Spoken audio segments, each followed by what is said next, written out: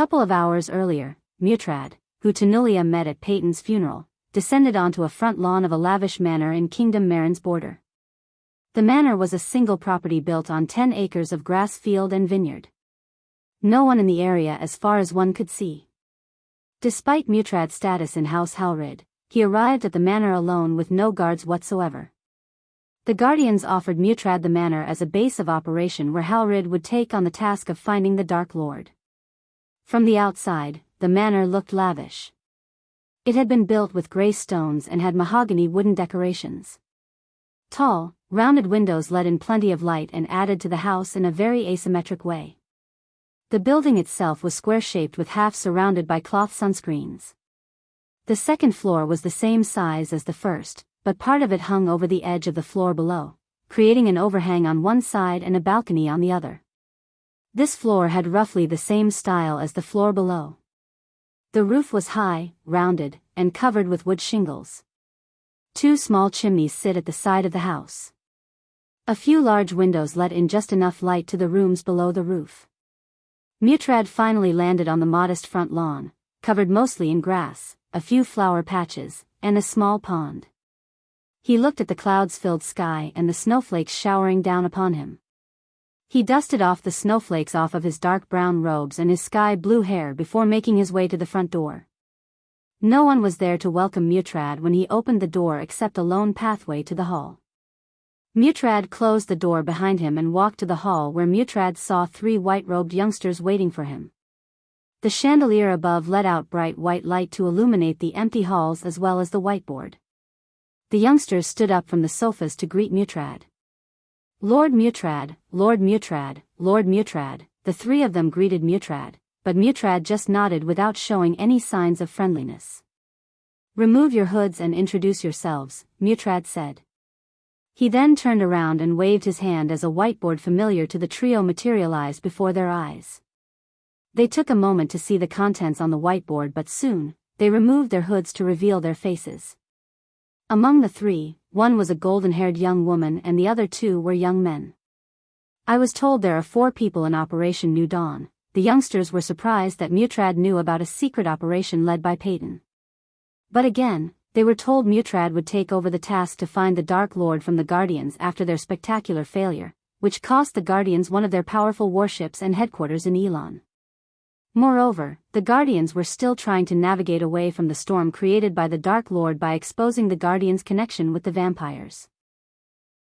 Many noble families, as well as royal families, expressed their discontent. The commoners blamed the Guardians for not letting the world know about the vampires.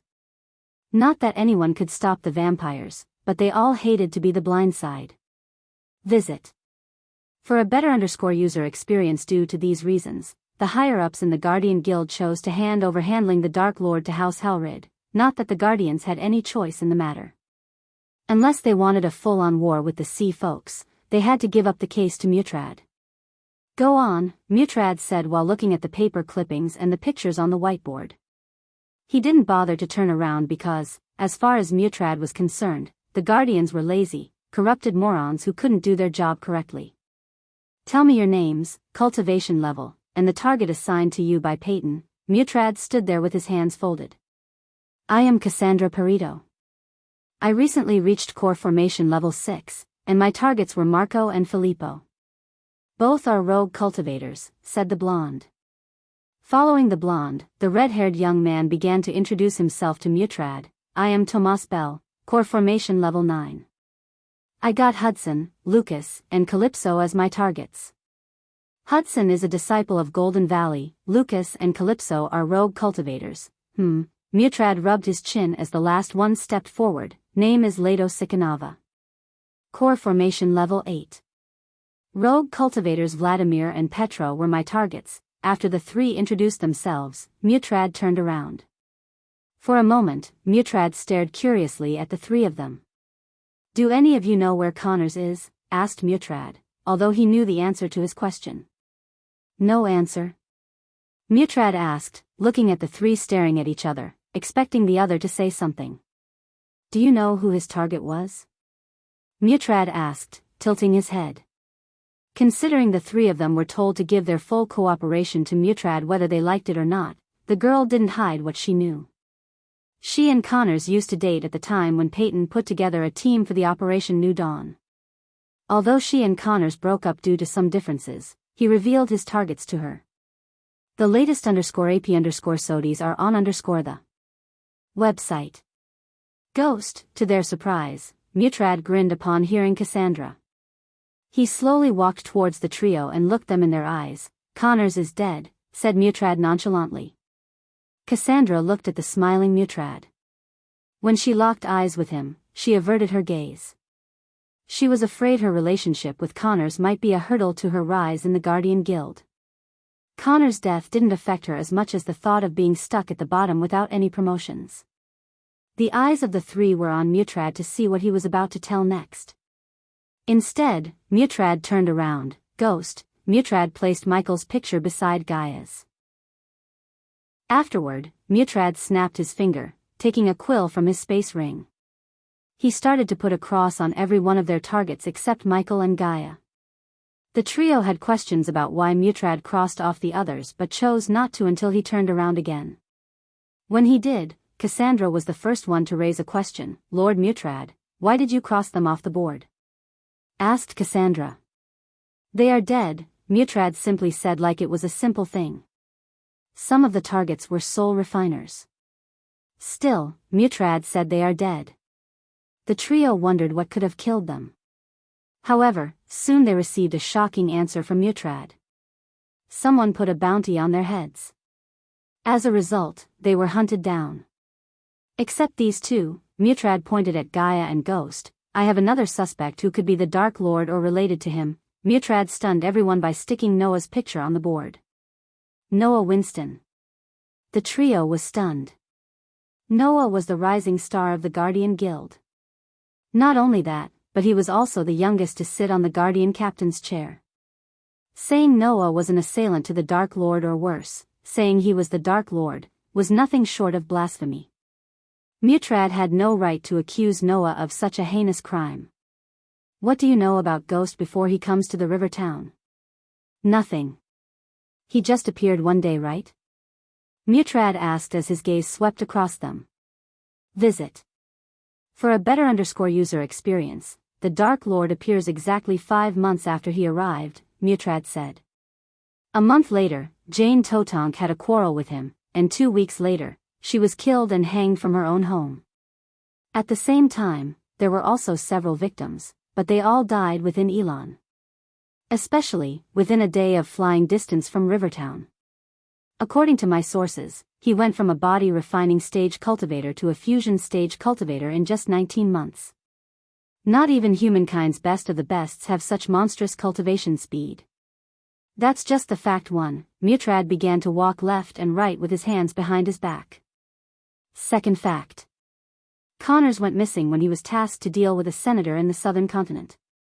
At the same time, a pirate captain dressed in black who could wield magic inside the void line appeared. Connor was last seen when he visited Senator Vibius. Coincidentally, Senator Vibius left the kingdom at the same time Connors went missing. The three of them heard rumors about someone who could use arch-energy within the void line. At first, they thought it was just a ruse, but after hearing from Mutrad, they didn't think it was. Nonetheless, the piece of news startled them. Mutrad had all the resources of House of Halrid at his disposal, along with the Guardian's records. Using both, it wasn't tough to find everything about Connor. Although Peyton was on the right track to find the Dark Lord, she didn't have the resources or authority like Mutrad to filter the suspect list effectively. After all, it cost Mutrad 80 million to put a bounty on all the suspects, including Michael. So, just to be safe, Mutrad requested the Grim Reapers to send fusion stage Reapers after the targets. To Mutrad's surprise, only one survived, Ghost. Connor's soul suffered in agony in the last moments of his life. He was tortured brutally. Assume the magic wielder is the Dark Lord, and he was the one who kidnapped Connors. Why did he torture Connors? The Dark Lord took his time with Connors. Why? Mutrad directed his gaze to the three of them. Instead of asking Mutrad how did he know for sure that not only Connors is dead, but also he was tortured, the trio picked their brains to answer Mutrad. Deep down, they wanted to impress Mutrad so they could get a shot at a promotion. After all, they were handpicked by Peyton because they were power-hungry and eager to impress their higher-ups. "He must have done something to piss off the Dark Lord," said Tomas. "Can it be because Connors killed someone the Dark Lord cherished?" asked Mutrad with an amused smile. "It can be," answered Cassandra. Jack Mirian, a disciple of the Sunrise sect who murdered by a mysterious bandit group near their sect. This is funny because there was no bandit camp near their sect at that time. Connors killed Jack, and as a result, he was tortured to death by the Dark Lord. All things being equal, the simplest is often the right one. The Dark Lord arrived after Ghost. Jane Totonk had a quarrel with Ghost and died. Connors, who killed Jack, disappeared and was tortured to death. The common thing between all these is Ghost. The latest _AP_SODIes are on _the website. But Lord Mutrad, Ghost was in the Nether Realm when Jane was killed? He even took the truth pill and proved his innocence. Leto raised his thought. He didn't kill doesn't mean he was innocent. In the southern continent, the Black One is seen with a woman. And guess what? Ghost also has a fiancé who didn't go to the Nether Realm. She must have sneaked into Totonk Manor and killed her, Mutrad explained. "So you're saying Ghost is the Dark Lord?" Cassandra asked. "Yes," said Mutrad. "Then what about Noah?" asked Tomas. "There is a little chance Noah might be the Dark Lord. However, I am certain this guy has some sort of connection with the Dark Lord," Mutrad said. Although Mutrad didn't have enough facts to connect Noah to the Dark Lord, his gut feeling said Noah was somehow related to the Dark Lord. Now all he needed was to follow Ghost and prove him guilty. But he wasn't going to chase down the Dark Lord as Tanulia did. The Dark Lord might be the trinkets criminal Mutrad had chased because all Mutrad had was theories, not evidence. Without solid evidence, he wouldn't be able to deploy all the resources at his disposal. A small mistake could result in a calamity for the Arctic Hall. Unlike the Guardians, the higher-ups of the House of Halrid warned everyone about the Dark Lord and the threat he posed to the entire world. As a result, Mutrad was strictly ordered to investigate with utmost caution. "I chose to share everything because of the same reason why Peyton chose you in the first. You three are the most power-hungry humans in the guild. You want to prove you're worth something. From now on, you three will work directly for me. As your reward for working for me, you will be placed directly under the Alpha Guardian of your choice, surpassing the position of Guardian Captain." The offer was beyond their expectation. Their eyes glistened, sparkling with excitement. Each of them would have done anything if Mutrad offered them a position of Guardian Captain, let alone a position under the Alpha Guardian of their choice. Being placed directly under an Alpha Guardian meant one thing: they could become the next Alpha Guardian one day. "My sword is yours, Lord Mutrad." Cassandra was the first one to kneel down with her hands on her chest. Currently, Cassandra was tasked to monitor the nobles in Azair, which she considered a waste of time. She spent most of her time following nobles, watching them drink, harass people and commit all sorts of heinous crimes. Guardian Captain Gerard gave her some of the worst tasks in the guild instead of tasks that could solidify her chance to become a Guardian Captain. Since Cassandra wasn't from a prominent noble family, she had to put up with Guardian Captain with the hope that someday her luck would turn. After hearing Mutrad, she had a feeling this was her way to get to the top of the hierarchy. Moreover, this wasn't an off-the-books operation. Therefore, each of them must be given some sort of reward. And a man like Mutrad didn't have a need to give them a fake promise. "It'll be an honor to work for you, Lord Mutrad." Leto dropped to one knee and lowered his head like a loyal soldier. If someone made a list of the most racist people in the Guardian Guild, Leto would be in the top 10. He literally killed countless beastmen just because they weren't humans. His family was one of the biggest slave traders in Azair. Yet his racism went out of the window before a golden opportunity presented by Mutrad. He bent his knee to Mutrad, a sea folk, without a second of hesitation. The latest _AP_SODIes are on _the website.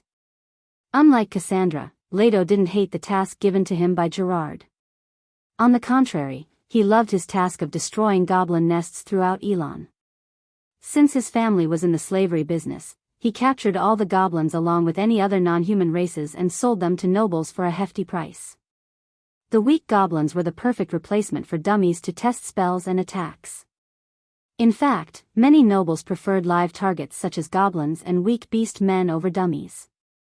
His family supplied thousands of goblins and beast men every year. Of course, the Guardians knew about this but didn't care less about the goblins or the beast men. If Leto could become the next Alpha Guardian or even a Guardian Captain, he could use the connection and authority to send several teams just to capture non-humans. In other words, he could treat the Guardians like adventurers. The only difference was Leto wouldn't have to pay the Guardians. "I am yours to command, Lord Mutrad." Finally, Tomas knelt down with his hand on his chest, like Cassandra. If Leto's family profited by trading in slaves, Tomas' family was in the business of mining and real estate. Even as a low-level guardian, Tomas used his status to force hundreds of commoners out of their lands. If a commoner decided to file a complaint against him or his family, they would simply disappear. Toman's family owned at least one mine in every kingdom in Azer. Suppose Toman became a guardian captain, his family would own almost all the mines. They would be also able to expand their business to Elon at that time finally. Putting the three of them to catch the Dark Lord was ironic. The three of them committed more crimes than the Dark Lord ever did. Good, Mutrad nodded. He knew the history of every single of them. To be honest, he couldn't care less who they were and what they did. Instead, all he cared about was catching the Dark Lord and killing him once and for all. "Rise," Mutrad said. He then turned around to look at the ghost's portrait on the whiteboard. The Guardians should have given Peyton more resources and protection. She almost cracked the case, Mutrad admired Peyton. He almost felt pity for Peyton. Given more time, resources, and protection, Mutrad had no doubt she would have proved Ghost as the Dark Lord. If she weren't getting close to the Dark Lord, he would have let the Guardians continue their goose chase. But, instead, he went to such lengths and took risks to kill Peyton and destroy Tenulia's warship, calmly said Mutrad. Just to be safe and create a controlled environment for his investigation, Mutrad hired Reapers to kill everyone on the suspect list. The Reapers killed everyone except one, Ghost. Now that Mutrad picked Ghost as his target, he would dissect everything about Ghost. Several moments later, Mutrad turned around and issued his first orders to each of them. Visit. For the best no_vel_read_ing experience, Cassandra, the Sunrise sect is hiring teachers. Get the job, Mutrad handed over a golden parchment to Cassandra. He then turned his gaze to Leto. Get your family to become one of Ghost's biggest customers of Majestic. When the time comes, represent your family and meet him, as you wish, my lord, Leto bowed. Tomas, Mutrad looked at Tomas. You're to leave for the southern continent and establish yourself as a pirate under Pirate Lord Corey. Take this. With a flick of his wrist, Mutrad took out another golden parchment from his space ring before handing it over to Tomans. The latter opened it to see the map of Giselle and a cross. You will meet my contact there. He will give you all the necessary tools to survive. After issuing orders to them, Mutrad gazed at them. If you have any issue, you can back out now. As Mutrad expected, none of them dared to open their mouths. Visit. For a better user experience, remember, under no circumstances you are to approach Ghost or the Black One in the southern continent. The last time Guardians underestimated him, he played you for a fool, destroyed your headquarters, and killed one of your best. Unlike Tenulia, Mutrad didn't dare to underestimate Ghost. Until Mutrad was sure Ghost had no way to escape, he wouldn't make a move against him. There were still too many things he didn't know about Ghost. In fact, none of the Guardians had any idea what he was capable of. Without knowing every aspect of his power, he wouldn't be able to catch the Dark Lord. Moreover, if a single word of what I said went out, I will wipe you and your family out of this world. Trust me when I say this, I don't make threats. I make promises. Mutrad's voice became colder to the point the three of them felt shivers running through their spines. His eyes glimmered as they could see the murderous intent in Mutrad's eyes. Because Elon and Azer were still affected by Hydra's cry, no one was able to see Mutrad's cultivation level. They would be startled by his fusion stage level 10 cultivation if they could. We wouldn't dare, Lord Mutrad, Cassandra sternly said. Now leave. Make sure no one follows you, Mutrad said and waved his hand as the whiteboard disappeared from the hall. Afterward, Mutrad left the manor before the three. He wanted to meet his elders and get their blessings in the Crystal Ocean before officially starting his case. Do you really think Ghost is the Dark Lord? After Mutrad left the manor, Leto asked the other two. What he said made sense to me. But I didn't get why he feel Noah had something to do with the Dark Lord, Tomas answered. Whatever it is, I am pretty sure we will figure it out soon. I heard the seal folks are smarter than us. Now I know it's true, Cassandra admired Mutrad. He has more resources and authority than Peyton or we ever had. Do you think Guardian Captain Gerard would let us do anything without a pile of paperwork and shit like that? Leto complained. Speaking of Guardian Captain Gerard, rumor is that he stopped cultivating and starting to drink too much ever since Peyton died? What's the story with that, huh? Cassandra asked. The latest _AP_SODIs are on the website. Don't you know? He was in love with Peyton. One of my servants saw both of them together in Ruby Cuisine one day in Thusia, said Tomas. Oh shit. So he was in love with her. Now I know why he agreed to Peyton to start the off-the-book operation in the first place. She was his sweetheart, chuckled Cassandra. That's not all. After her death, he was drinking and blaming Noah for her death at Nightshade one day. I don't know the full story, but we can expect Gerard to go against Noah soon. Chapter 607, A celestial being back in the Shadow Realm. The dark sky split open suddenly. A vortex appeared out of nowhere and swirled rapidly in the sky. This wasn't anywhere close to where Michael was earlier. Instead, the vortex appeared on the other end of the dungeon, where the vampires and the skinless creatures emerged from the Queen's homeworld. The walls had countless holes from where the skinless creatures crawled out to see the vortex in the sky. HISSSSS, the skinless creatures hissed at the vortex while the vampires materialized out of thin air. Unlike the vampires Michael fought, these were monstrous creatures. Each of them stood 7 to 8 feet tall, with shark-like teeth, and covered themselves with robes made of solidified blood. As soon as the skinless creatures noticed the vampires, they stopped hissing to kneel down. Although the vampires had their faces covered, one could see a tinge of fear in their red eyes. For some reason, the vampires shuddered to look at the vortex. They could all feel a tremendous power coming through the vortex. He is coming. Suddenly, the demonic voice of the Queen resonated in the area. Her furious shout made the vampires drop to their knees. Afterward, a silhouette of a woman gradually formed near the vortex. The Queen. Our goddess. The vampires raised their hands and prayed in their own language at the silhouette. The black smoke was almost finished forming the silhouette when a shock wave appeared from the vortex and blasted away the silhouette. Woof! After the silhouette faded into thin air, a loud bark echoed through the dungeon walls. As soon as the vampires heard the bark, they trembled. The bark contained enough force to melt down a few skinless creatures like wax statues. Hiss! The skinless creatures hissed violently as the vampires bore their teeth, revealing their long bloody fangs. They were all poised to attack whatever comes out of the vortex. The amount of pressure coming out of the vortex nearly crushed the skinless creatures and the vampires. So I am back to this hellhole? Following the bark, a calm voice resonated from the vortex. The vampires and the skinless creatures took a step back, sensing the pulsing energy in the air. They even shivered. As they backed away, a figure dressed in black stepped out of the vortex. As a result, the vortex gradually faded away. The figure who walked out of the vortex gazed at the skinless creatures and the vampires on the ground. Just like Michael, he was also dressed in full black.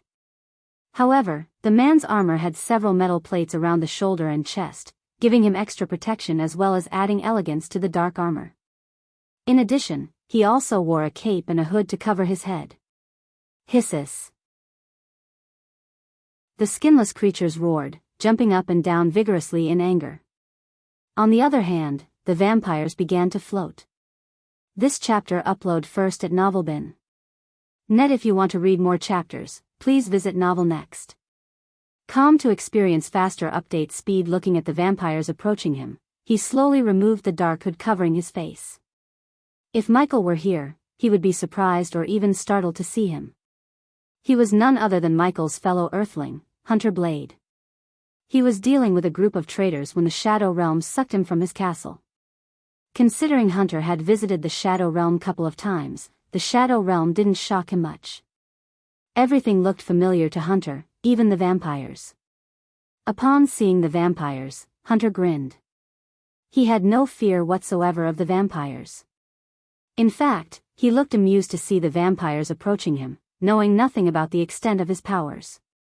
This version of the Hunter visited the Shadow Realm once, so he was familiar with the setting and everything. The only question Hunter had was where he would go from the Shadow Realm this time. The last time he visited the Shadow Realm to harvest experience points, Dawn's universe sucked him in, and he almost wiped out Dawn's enemies for him. True vampires, Hunter devilishly grinned at the vampires. In his universe, he came across the vampires a couple of times. In his world, he called these vampires true vampires because they were pure breeds. They were born and grew up in the Queen's world before coming to the Shadow Realm. Is that Queen bitch still around? Hunter asked, folding his arms. He pretended to search for the Queen. Jurchich. The vampires roared after they heard Hunter. Although they lacked the ability to communicate in the Shadow Realm, they could understand any language. Hence, they knew what Hunter had just said. Hearing him disrespect their queen made their blood boil. They didn't even try to gauge Hunter's power in their anger. Instead, they blindly dashed at him in the air.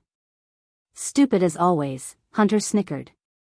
Then, while the three true vampires were dashing at him, Hunter calmly flicked his wrist as a whip made of pure red energy materialized in his hand. Whoosh! Hunter just waved the whip in a circular shape, cleaving all their heads in a blink of an eye. Ding! Congratulations to the host for killing a level 85 Sentinel Stage True Vampire. The reward is 750,000 experience points and 10,000 badass points. Ding! Congratulations to the host for killing a level 86 Sentinel Stage True Vampire.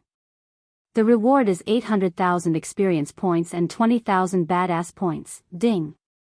Congratulations to the host for killing a level 87 Sentinel Stage True Vampire. The reward is 850,000 experience points and 40,000 badass points. So weak, Hunter disappointedly shook his head. The number of experience points he received was so underwhelming. But again, Hunter didn't expect too much from the weaklings. To be honest, he almost wished he appeared in the darkest corners of the Shadow Realm where the most powerful beings under the Queen's command reside. If they were all in Michael's world, the true vampires would be at half-immortal stage, and Hunter would be at celestial stage. The celestial stage was the highest stage one could have in the mortal world. After reaching the celestial stage, they would ascend to the upper realms. So suppose Hunter went to Michael's world, there would be no one to stop him except the Sky Hall. Even the Council of Immortals would be as weak as ants in front of Hunter at the moment. After cleaving 3 heads, the energy whip radiated a low-pitched whistling sound. It craved more blood. For now, Hunter chose to ignore his weapon. System, why am I here? Find me a way out, Hunter ordered his system. The system requires 3 million badass points to complete the task. This chapter upload first at Novelbin. Net. If you want to read more chapters, please visit Novel Next. Calm to experience faster update speed. Take it, Hunter said, like 3 million points were nothing to him. In fact, he was at the point he could earn 3 million badass points in a day. His criminal empire rewarded him with passive income enough for him to literally do anything. But even then, Hunter craved more power and more points. After all, Hunter still had powerful enemies to deal with in his universe. Therefore, coming to the Shadow Realm was like a nice vacation for him. Seeing the headless bodies hitting the ground, the 6 remaining true vampires roared.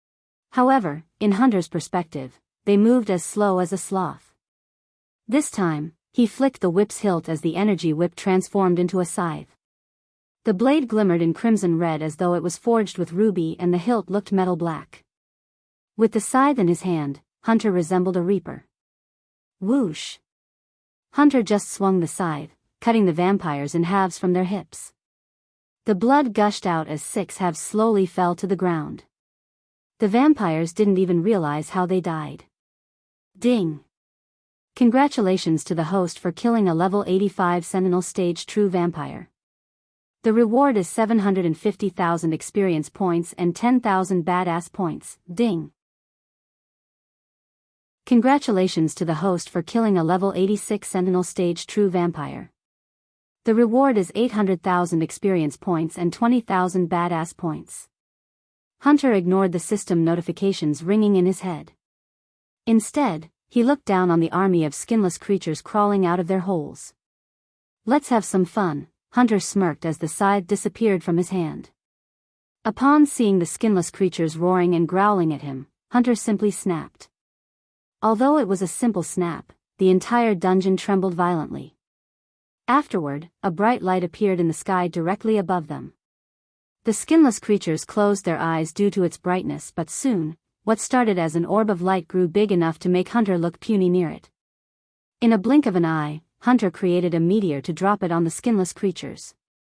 At this point, I just feel pity for them, Hunter devilishly grinned, contrary to his words. The next moment, he snapped again as the meteor soared through the air and landed in the middle, creating a massive mushroom cloud. The impact could be compared to a mini nuclear bomb. The system has completed its task. When the host is ready, the system can teleport the host out of the Shadow Realm. I am ready. Hunter didn't even bother to stay in the Shadow Realm to see the skinless creatures burnt to ashes. Instead, he wanted to get out of here to see where he would go next. It would be nice to see Ghost again, Hunter smirked as a bright light enveloped him. Chapter 608, Hunter and Ghost meet again after the meteor hit the dungeon. Everything within a 15-meter radius burnt to the crisp.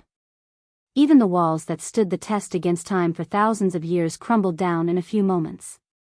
Seeing the huge crater on the ground, Hunter smiled with satisfaction. The light shrouded him for a couple of moments before fading away from the Shadow Realm along with Hunter. When the bright light covering his vision disappeared, Hunter was hovering in the sky above a forest stretched far to the horizon. The storm clouds grew darker by the second, indicating the approaching storm. The ominous sound of thunder claps and the howling wind pushed Hunter to find shelter before the storm. Hunter looked around to locate any villages or cities, yet there was nothing but green forest as far as he could see.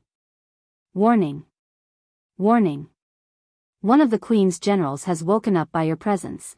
Utmost caution required. Hunter creased his brows. The last time Hunter fought a general, they destroyed an entire pocket dimension. He also entered a coma state because the general damaged his soul and body a little bit too much. He would have died that day if it wasn't for the system. Although he killed the general at the end of the day, Hunter didn't want to go through a battle such as that again in a different universe where the energy rules may differ from his. Can you sense how powerful this general is? Hunter asked. You have a 50% chance to defeat if you use all your powers, the system said. Unlike Michael's system, which still had a tinge of mechanical sound, Hunter's system sounded completely like a serious woman. That means I have a 50% chance to die. Fuck that. It's a problem for the people who live here, Hunter said. He was a man who wouldn't do anything unless he could get something in return. He was building a criminal empire based on the soul principle,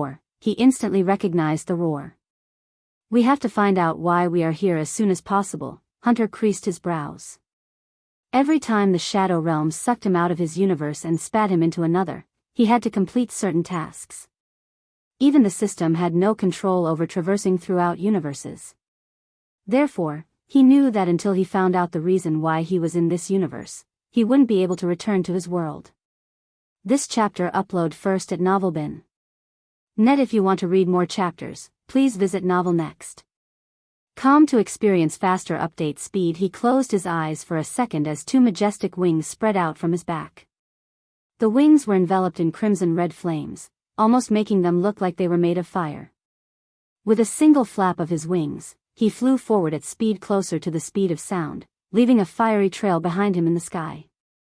After flying for a couple of minutes, Hunter noticed a bolt of lightning shooting towards the sky from the ground.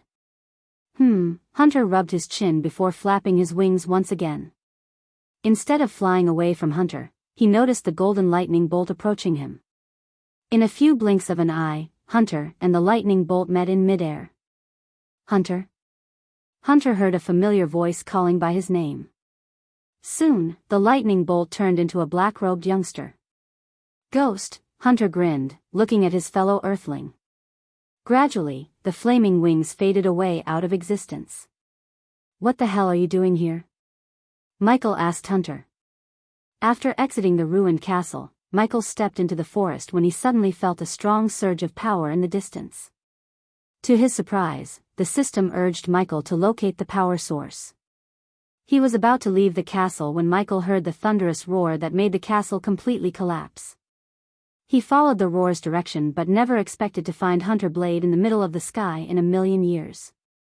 However, due to Michael's recent visit to Hunter's universe, he could tell this time, Hunter was the one who must have traveled to another universe. You tell me. The Shadow Realm sucked me from an important meeting and spat me here. And that shout I heard a moment ago, it's fucking General of the Queen, damn it, Hunter saw Ghost rubbing his temples. Hunter quickly tried to peek at how powerful Ghost was in his own universe, but surprisingly, Hunter was unable to see Ghost's power level. So, as his next resort, he tried to summon the system, only to realize the system had entered into an offline state for some reason. You've gone offline now? Fuck you system, Hunter cursed inside. Why do I have this feeling your appearance is somehow connected to the Hydra waking up? Michael asked Hunter. It probably is. If you're lucky, you guys might have a day or two before the general leaves its tomb, said Hunter. For a few moments, Michael remained silent, thinking of a way to deal with the Hydra. He might be at the fusion stage, but according to the system, he had no chance against it until he reached the half-immortal stage. Luckily, with the skill Michael bought in the Shadow Realm to convert the cultivation stages to match the cultivation stage in his world, he was able to tell Hunter was stronger than a half-immortal. If I could use Hunter to deal with the Hydra, I might survive this without destroying this world, Michael thought to himself. Ghost, suddenly, Michael heard the voice of Cain. The last time Michael heard from Azazel, he said Vidora was in seclusion. It seemed like they had to come out because of the Hydra's shout. Give me a sec, Michael said to Hunter and flew a couple of meters away from Hunter. The Hydra. It's calling us, what do you mean calling you? Michael furrowed his brows, he wants us to meet him. Otherwise, he's saying he will destroy this world. We have 6 hours to meet him in the Stormville Mountain, said Kane. What do we do? I asked Michael. This chapter upload first at Novelbin. Net. If you want to read more chapters, please visit Novel Next. To experience faster update speed, we have no choice, said Michael. If the Hydra comes out of Stormville Mountain, it would definitely destroy the world Michael has been trying to control. He had put so much effort just to let a Hydra destroy it. Although he could just stand by and watch the Hydra destroy everything, including his enemies, there wouldn't be much left of the world after it was done. Besides, it would most certainly enslave him or just kill him. Therefore, Michael chose to go meet the Hydra instead of waiting for it to kill him. He wouldn't have come to this conclusion so quickly if it wasn't for Hunter. I'll be there in a few minutes. Get ready to meet the Hydra, Michael said. Then, he turned around to see Hunter. I assume you have a plan to stop the general, asked Hunter. Might be. Seeing Ghost dragging his words, Hunter knew his plan must have something to do with him. But you need my help.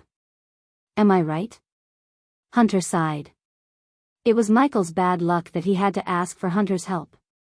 But again, it was no one's fault that the Shadow Realm teleported Hunter to his universe, which caused the Hydra to wake up. If Michael had to blame someone, he should blame the Queen for creating such an abomination and putting it in his universe. Remember, you can't leave this universe until you complete the task given to you by the Shadow Realm. Hunter's system chose to come out of its offline status for a moment to instruct Hunter. Also, if the general wanted you dead, it would have started a battle as soon as you entered this universe. So quit being a pussy and be a badass, says the one who went offline. Hunter ridiculed the system but received no response from it.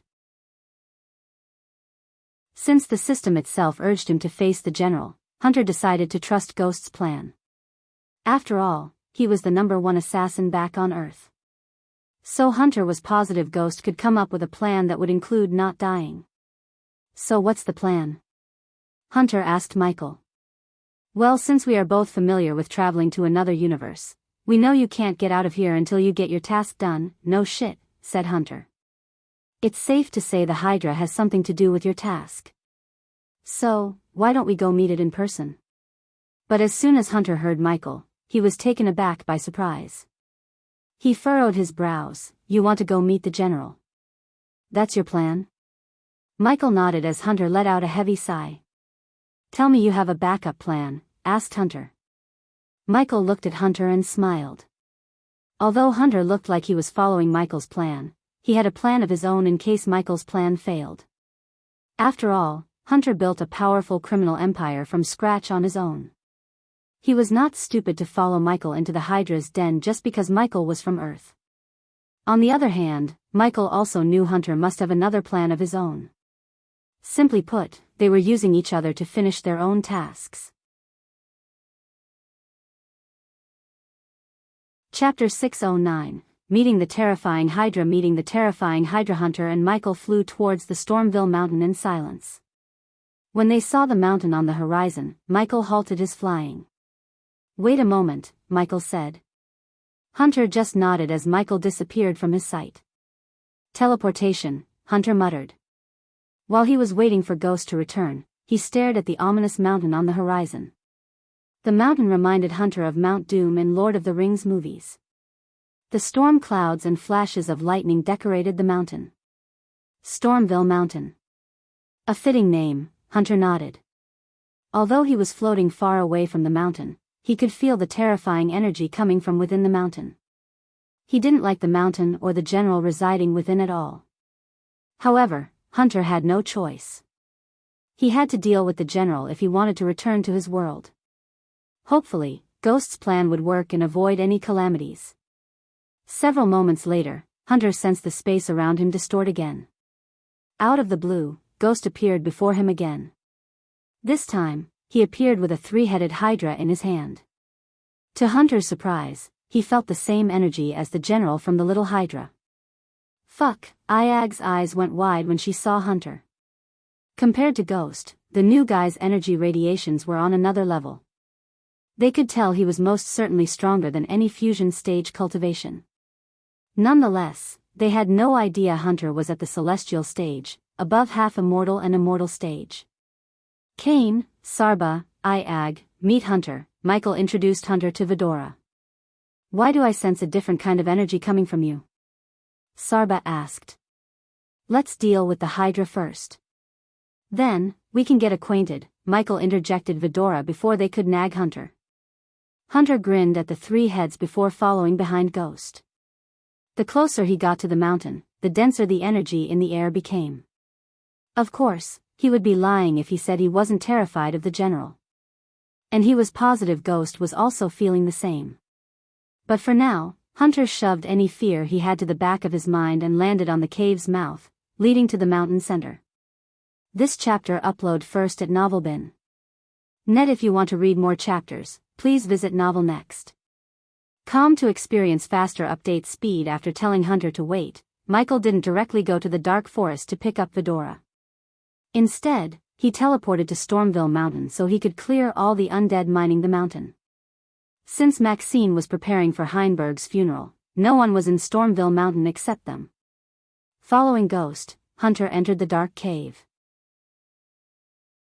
On his way to the center, Hunter noticed several mining tools, footsteps as well as a few glowing crystals glowing from the walls. He could sense weird energy pulsating from the crystals, but he couldn't identify them. Of course, Hunter would have paid the system to learn about the crystal's origins if the system hadn't gone offline. For now, Hunter guessed these energy crystals may have contained the energy of this world.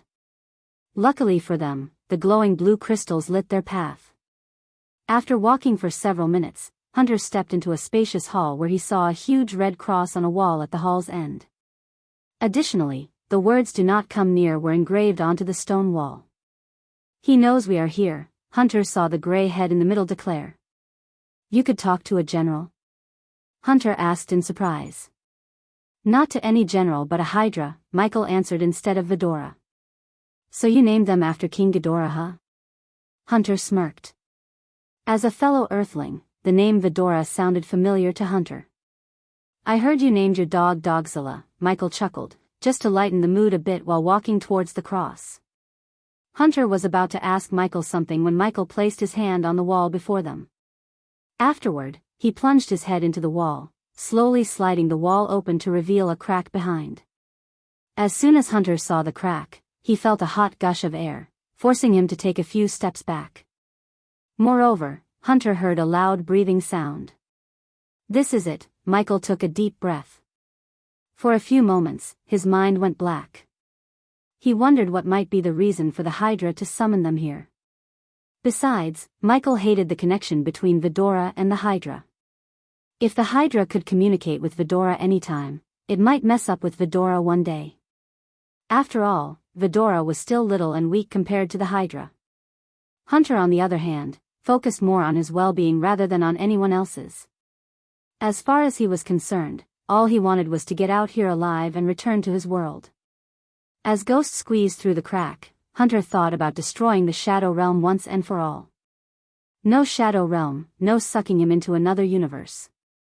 Hunter heard a rhythmic growling coming from the other side. They all felt like they had entered into a storm. But after they stepped out of the crack, everything became dead silent. Hunter and Michael walked to the edge and stared into the abyss below. Without their control, their heartbeat rapidly increased. As far as they could see, there was nothing but darkness below. Suddenly, they saw 4 pairs of crimson-red glow in the darkness. Michael and Hunter almost jumped back in shock. They tried to take a step back from the edge. Except when they were about to, an invisible force pushed them into the abyss from behind. Fuck! Iag screamed as loud as she could. They continued to fall deeper and deeper. Shockingly, both Michael and Hunter lost their cultivation power. This chapter upload first at Novelbin. Net. If you want to read more chapters, please visit Novel Next. To experience faster update speed system. Hunter screamed at the system in his mind, just as Michael did. Yet, both of their badass systems went offline instead of providing them with support. We are still falling, said Michael. Hunter, are you there? Michael asked to make sure Hunter was with him. Yeah. I better not die here, Ghost, Hunter growled. He was starting to enjoy his life as a crime lord back in his world. He would hate to die just when his life was getting better and better. Usually, Hunter liked the thrill of hunting a stronger predator. Whereas the Hydra wasn't a mere predator, they could hunt.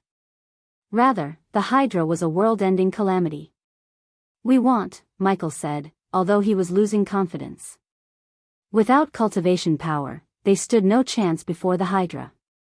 After falling continuously for another 5 minutes, they finally hit the ground. Fortunately, something soft cushioned their fall, saving their bones, and Michael's chest cushioned Vidora's fall. Arg, Michael growled as he slowly stood up. The pitch-black darkness around him prevented him from seeing anything. He heard another growl, probably belonging to Hunter. For a few moments, the eerie silence sent chills through their shivers.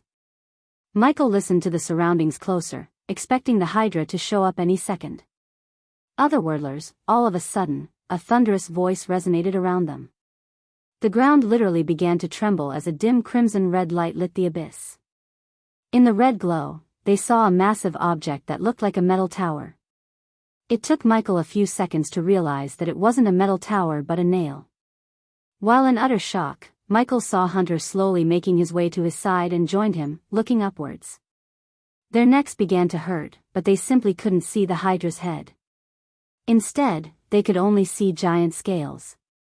If Michael had to guess, he would say the Hydra stood at least 250 meters tall with a wingspan of 150 meters. In the dim crimson light radiated by the Hydra's eyes, they saw the metallic black scales and red wings. This Hydra made King Ghidorah look like a puppy in Michael's eyes. It's huge. Hunter's jaw dropped several inches, his eyes widened, and several beads of sweat formed on his forehead upon seeing a small glimpse of the Hydra. You have something that belongs to me. The Hydra's voice sounded louder than a thunderclap. Unfortunately, it was difficult for both Michael and Hunter to decode the words as the words coming out of the Hydra's mouth were simply too horrifying. Initially, Michael imagined he might meet the Hydra face to face. Although he knew it was huge, he had never expected the Hydra to exceed his imagination by several folds. The size of the Hydra itself scared the hell out of Michael. Still, he hadn't seen the full form of the Hydra, but what he saw was enough to make his legs tremble. On the other hand, Vidora was speechless, just like Hunter. The Hydra was beyond any cultivation stages. To be honest, Hunter didn't think they could take on the Hydra even with their cultivation power. If the Hydra wanted, it could crush them with its toe. Now Michael realized how a single Hydra could make an entire continent void of any arch-energy. Without any spell or energy attack, the Hydra could destroy cities just by walking through them. Swallowing the fear in his heart, Michael tried to gauge Hydra's cultivation stage. Yet no matter how hard he tried, he simply couldn't. How could he sense the Hydra's power when the Hydra was beyond any cultivation stages in Michael's universe? It took a moment for him to realize the Hydra didn't belong to this world or his universe. Michael tried to talk, but no words came out of his mouth. So he cleared his throat before speaking again. For the first time in his life, a lump formed in his throat due to overwhelming fear. My lord, what do you want with us? Michael addressed the Hydra as my lord. He didn't dare to show any signs of disrespect towards something that could end his life within a snap of time. I am called Mugashuku, one of the great generals of the Queen of All. As the Hydra said, Michael and Hunter saw countless thick red lightning bolts crackling around the Hydra, lightening the abyss for a moment. The lightning bolts were bright to the point Hunter and Michael had to close their eyes. As a result, they failed to see the complete form of the Hydra.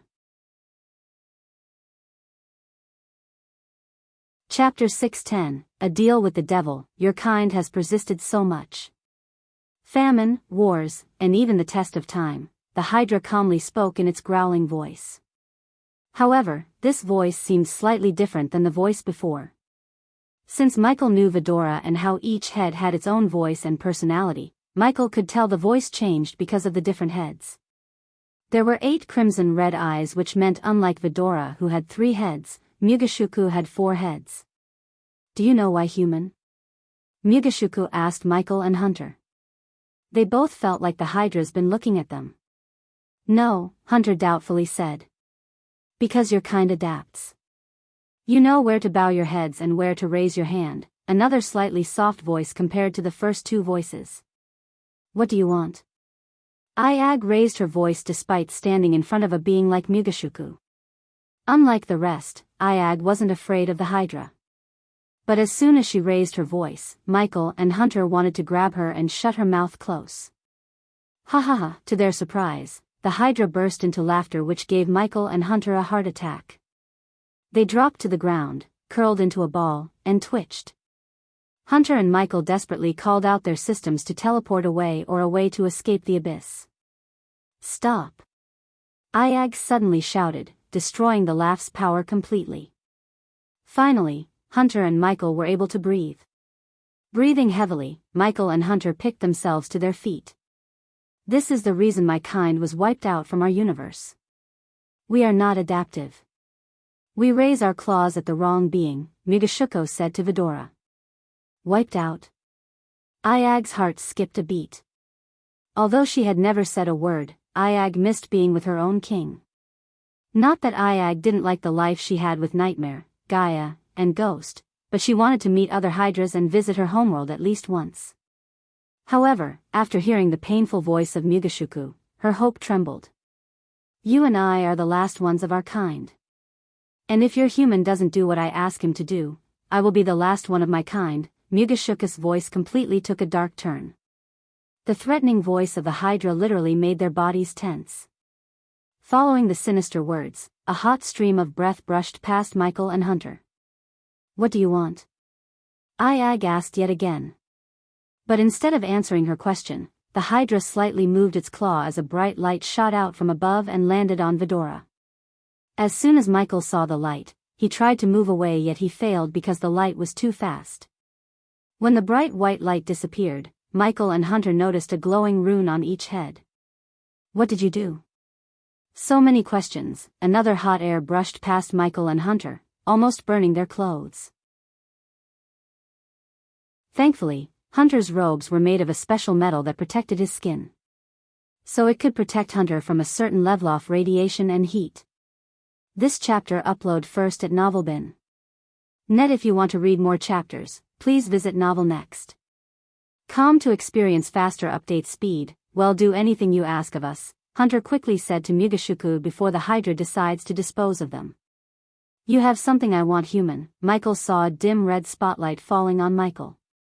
The light came from one of the Hydra's eyes. Since they couldn't look at the Hydra's head because it was too tall, Michael could only guess. Hunter felt his body being lifted up into the air. Suddenly, a strong force sucked out a silver ring on Hunter's finger. Thud. After the ring left Hunter's finger, he hit the ground with a small thud. While Hunter was standing up, Michael noticed the silver ring radiating a bright silver light. The next moment, a ball of dark energy emerged from the silver ring. What the hell is that? Hunter's eyes went wide as he felt a tremendous amount of energy from the ball of energy. There are 30 energy orbs in this universe. And this tricky thing managed to squeeze into another universe. Mugashuku sounded amused. Hunter got the ring by killing a mage and ripping off his finger. He expected the mage to have some powerful spells, but all he had was this ball of energy inside. Unfortunately, his system's level was too low to find the energy ball's origin. I found 12 including this one. It's up to you to find the rest.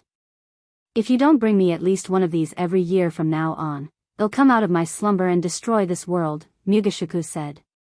After hearing the Hydra, Hunter sighed in relief. Finding the energy balls had become Ghost's task now. The only thing he worried about at the moment was to get out of the abyss alive. The strange power in you will help you find them. Hunter furrowed his brows, looking at the dim red light falling on Ghost. He wondered what might be this strange power within Ghost. After all, Ghost and Hunter both were oblivious to the fact they each possess a badass system. Although the two systems functioned similarly, they were not the same, and Hunter's ring was the only thing that connected Hunter to Ghost's universe. Now that he lost the ring, the Shadow Realm wouldn't be able to summon Hunter to Ghost's universe anymore. I will find you these, Lord Mugashuku. Michael bowed his head. We know you will. After all, you each love the world you are in right now. It'd be a shame for you to lose them. The Queen's generals are everywhere humans. We reside in every universe there is, Mugashuku said. Then, the red light falls yet again on Hunter. Even if you had killed one, there is always another one. Hunter felt a chill after hearing Mugashuku.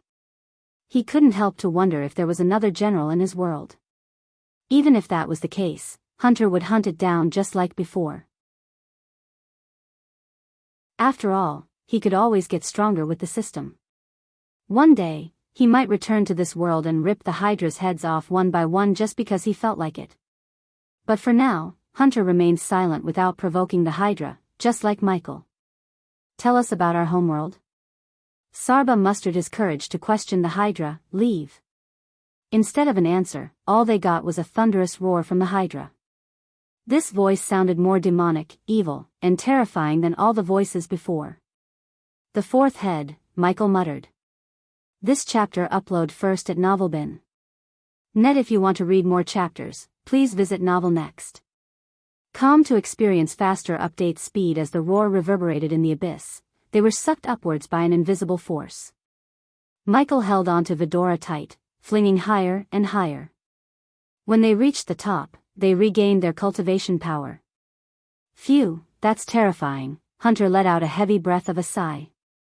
In his whole life, he had never seen such terrifying creature, and he had seen a whole lot of scary creatures and killed most of them back on his world. Now that it took my ring, I think the Shadow Realm will suck me out of here soon, Hunter said, almost sounding a bit disappointed. To be honest, Hunter would have liked to stay in this whole new world for a few more days. He wanted to see if he could get something valuable from this world and bring it to his. Before you leave, can you do me a favor, Hunter? Michael asked. A few moments ago when Mugashuku took Hunter's ring, Michael had thought. Since Hunter belonged to a whole new universe and the chances of him returning to this universe were pretty slim, Michael wanted to do something that could help him against the sea folks who were apparently hunting him now with the Guardians. To this moment, Michael had no idea that Mutrad marked him as the Dark Lord and started to hunt him in the shadows.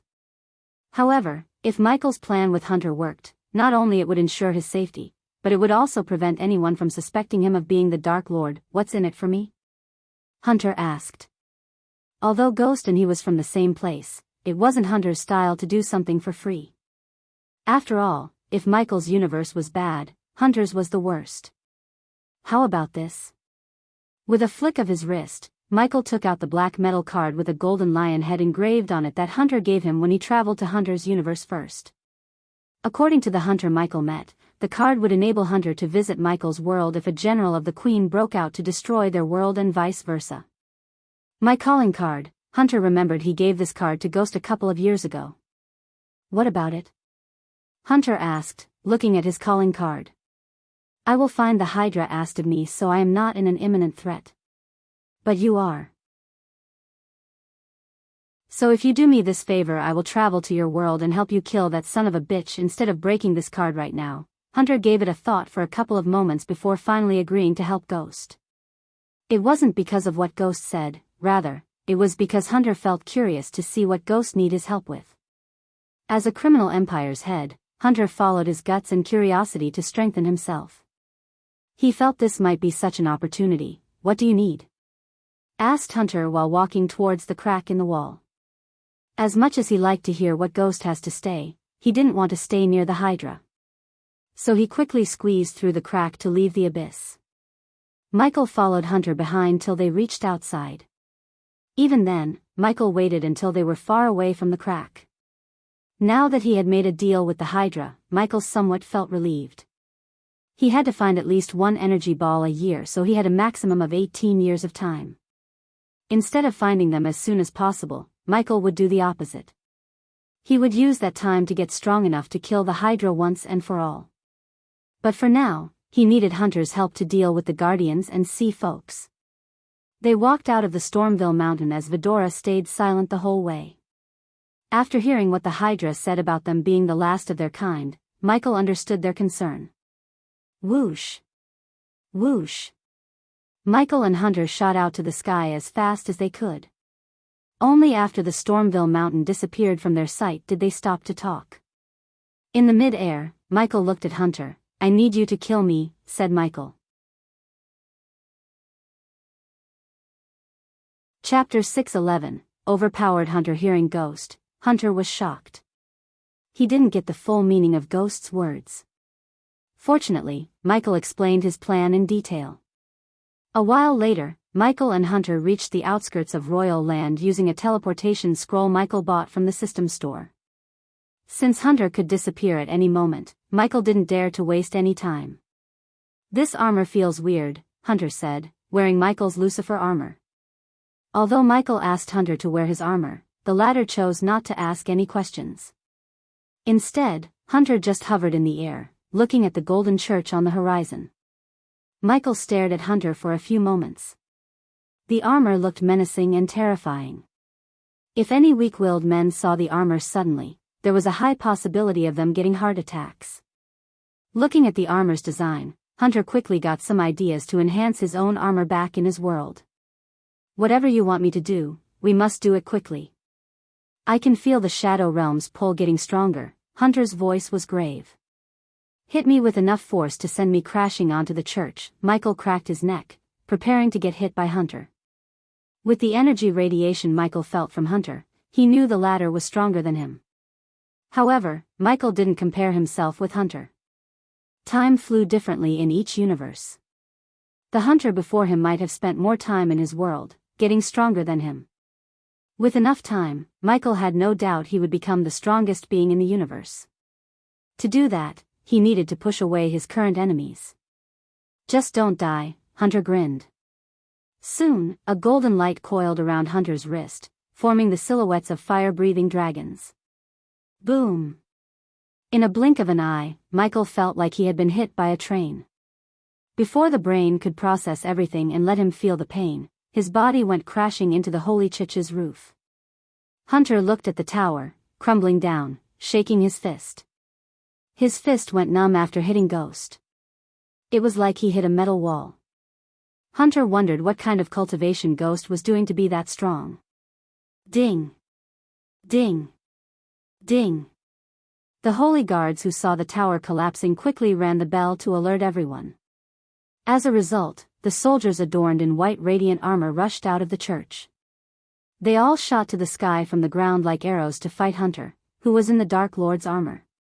The moment the holy guards saw Hunter, their eyes went wide behind their helmets. It wouldn't be an understatement to tell they trembled at the sight of the Dark Lord. In just a few moments, 50 holy guards surrounded Hunter. "This is fun," Hunter chuckled. Abomination. This chapter upload first at Novelbin. Net. If you want to read more chapters, please visit novelnext.com to experience faster update speed. Unholy evil. We will bring you to justice. Hunter furrowed his crease as he had never heard such cliché lines before. He wasn't hiding his energy radiation, but still, the soldiers remained without budging. The reality was the soldiers simply couldn't see Hunter's energy radiation as Michael did. Moreover, Hunter was oblivious to the fact that the Hydra's shout has robbed the cultivators of their ability to see others' cultivation levels. Hunter threw a glance at the reluctant soldiers before looking at the sky above him from the corner of his eye. He sensed sudden energy appearing above him. "Interesting," said Hunter. Ghost had informed Hunter about this. He briefly explained how someone or something might appear to spy on them. To his surprise, Ghost said he wanted them to see the battle. As per Ghost's request, Hunter didn't destroy the spy even though he could have done it with a simple flick of his wrist. When Hunter returned his gaze back to the holy guards, a guard slowly moved forward with his spear pointing at Hunter. Despite being surrounded by countless soldiers, Hunter remained calm. It was a pity that the system went offline. Otherwise, Hunter would have received quite a sum of experience and badass points. Hunter calmly raised his hand, drawing a skull in the air. The skull glimmered with bright white light. Foo! Hunter sent a blow of wind to the skull as it began to grow from palm size to a skull 3 meters tall and 2 meters wide. The skull suddenly came to life, opening its jaw. Seeing the terrifying white skull, the soldier's body went rigid. Arg! The soldier screamed as he tried to stab the skull. However, the spear went through the skull. Before the soldier could pull the spear back, the skull swallowed the soldier. As soon as the skull touched the soldier, the poor one instantly turned into a puff of smoke. Even the armor wasn't spared by the skull. That was only a low-level spell. Hunter was surprised to see how weak the soldier was. Though the reality was the soldier wasn't weak, Hunter was too strong. The power gap between Hunter and the soldier to that of the earth to the sky. After all, in this world's cultivation stage, Hunter was at the celestial stage while the soldier was only at the soul refining stage. Even if hundreds of soldiers attacked Hunter at the same time, they still wouldn't be able to harm Hunter, not even a bit. Following their fellow soldiers' sudden death, the rest trembled. The soldiers swallowed their shock and tried to attack Hunter again. They wanted to kill Hunter before he could cast another spell. Attacking Hunter before casting another spell would have worked if Hunter wasn't too damn stronger than them. Simply put, Hunter didn't even need to cast spells. Instead, he could just crush them with sheer physical strength alone. Hunter tilted his head with an amused smile on his face. He was pondering what spell he could use to kill them or just simply crush them to death as he would do to the traitors in his criminal empire. One after another, the soldiers standing behind the soldiers with spears started to cast the spells. In a few blinks of an eye, Hunter saw all kinds of shapes and symbols glowing in the clear sky. "Quiet the fireworks," Hunter said amusedly. Snap! Hunter just snapped his finger as a powerful sonic wave destroyed everyone around him, including the spellcasters. From the Holy Church's front lawn, Michael saw the bloody mist in the sky. He asked Hunter to put on a show but never expected Hunter to slay the holy guards with a single snap. "Your Holiness," Michael turned around to see His Holiness chanting something under his breath. It didn't sound like a spell but an actual prayer to his gods. Yet Michael doubted any prayer could save His Holiness if Hunter decided to take him out. As far as Michael had witnessed, Hunter could destroy the church in a few mere moments. "Your Holiness, get to safety. His target is me. You go somewhere safe." "It's too dangerous here," Michael said gravely, pretending he cares more about His Holiness than his own life. This chapter upload first at NovelBin. Net. If you want to read more chapters, please visit novelnext.com to experience faster update speed. Ghost, accept your sentence. Hunter's thunderous roar shook the church like an earthquake. It was a signal both Michael and Hunter agreed upon. Suppose Hunter felt he was going to disappear soon, Michael asked him to threaten him as loud as he could. "I will buy you some time, Your Holiness." The old man was still praying with his eyes closed. The holy guards around the old man wanted to take him away from the church to the secret bunker. However, the old man didn't budge an inch. Instead, he tried to strike down evil with his prayer. Sling! Michael unsheathed his two swords before launching himself toward Hunter. As though nature itself had terrified, the clear sky turned dark and covered by storm clouds in a few moments. Michael and Hunter met mid-air, preparing to put on a show. Hunter flicked his wrist as a metal rod engraved with coiling snakes appeared in Hunter's. When Hunter clasped the metal rod tight, the hilt lit up, turning itself into an energy whip. The radiant red energy pulsated energy along with a low-pitched whistling sound. At this time, Mutrad and several prominent figures in the Guardian Guild appeared near the Holy Church using teleportation. As soon as Mutrad saw Ghost fighting the Dark Lord, he creased his brows. Just yesterday Mutrad theorized that Ghost and the Dark Lord were the same people. He couldn't believe he was proven wrong. "I won't give you a quick death. Instead, I will make you suffer," Hunter gnarled. Hunter then swung the energy whip. Since Ghost asked him to put up a real show, Hunter didn't hold back. He swung the energy whip vigorously. Unlike swords, defending himself from a whip took a great effort for Michael. With swords or any other metal weapons, Michael could predict its trajectory. But with an energy whip, he was unable to, especially with Hunter's speed. Nonetheless, Michael moved his swords with speed and finesse, blocking the energy whip. Unfortunately, every time Michael blocked the energy whip with his swords, the energy whip chipped a piece away. At this point, the Guardian captains flew straight to Hunter with the sole intent to bring him down. While deflecting the energy whip, Michael looked around to see several people flying toward Hunter. He wondered where Noah was. Unfortunately, luck wasn't on Michael's side as Noah was nowhere to be found. Instead, Michael saw several men and women dashing at Hunter. Annoying flies, Hunter just waved his hand, shooting a powerful sonic wave from the tip of his fingers. Just like before, the Guardian captains along with several Guardians exploded to death. "You won't get a painless death like that, Ghost," Hunter growled, increasing the speed of his swings. One of the wings finally brushed past Michael's hand. The energy whip burnt Michael's arm, completely scorching his skin. Just as Mutrad was about to join the battle when a vortex appeared in the sky. Upon seeing the vortex in the sky, Hunter stopped swinging the energy whip. "I've been summoned," Hunter said, loud enough for everyone around them to hear him. "But before I go, I have a gift for the Holy Church." Hunter raised both his hands towards the sky as Michael felt the clouds turning darker and darker. The howling sound followed by the dark clouds was nothing but ominous. Everyone was stunned to see the sky turning darker despite the time of the day.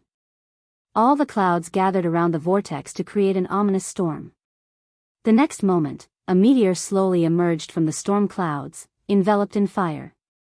Looking at the gargantuan meteor above his head, Michael felt the urge to move aside from its path. "No more churches in my domain," Hunter growled.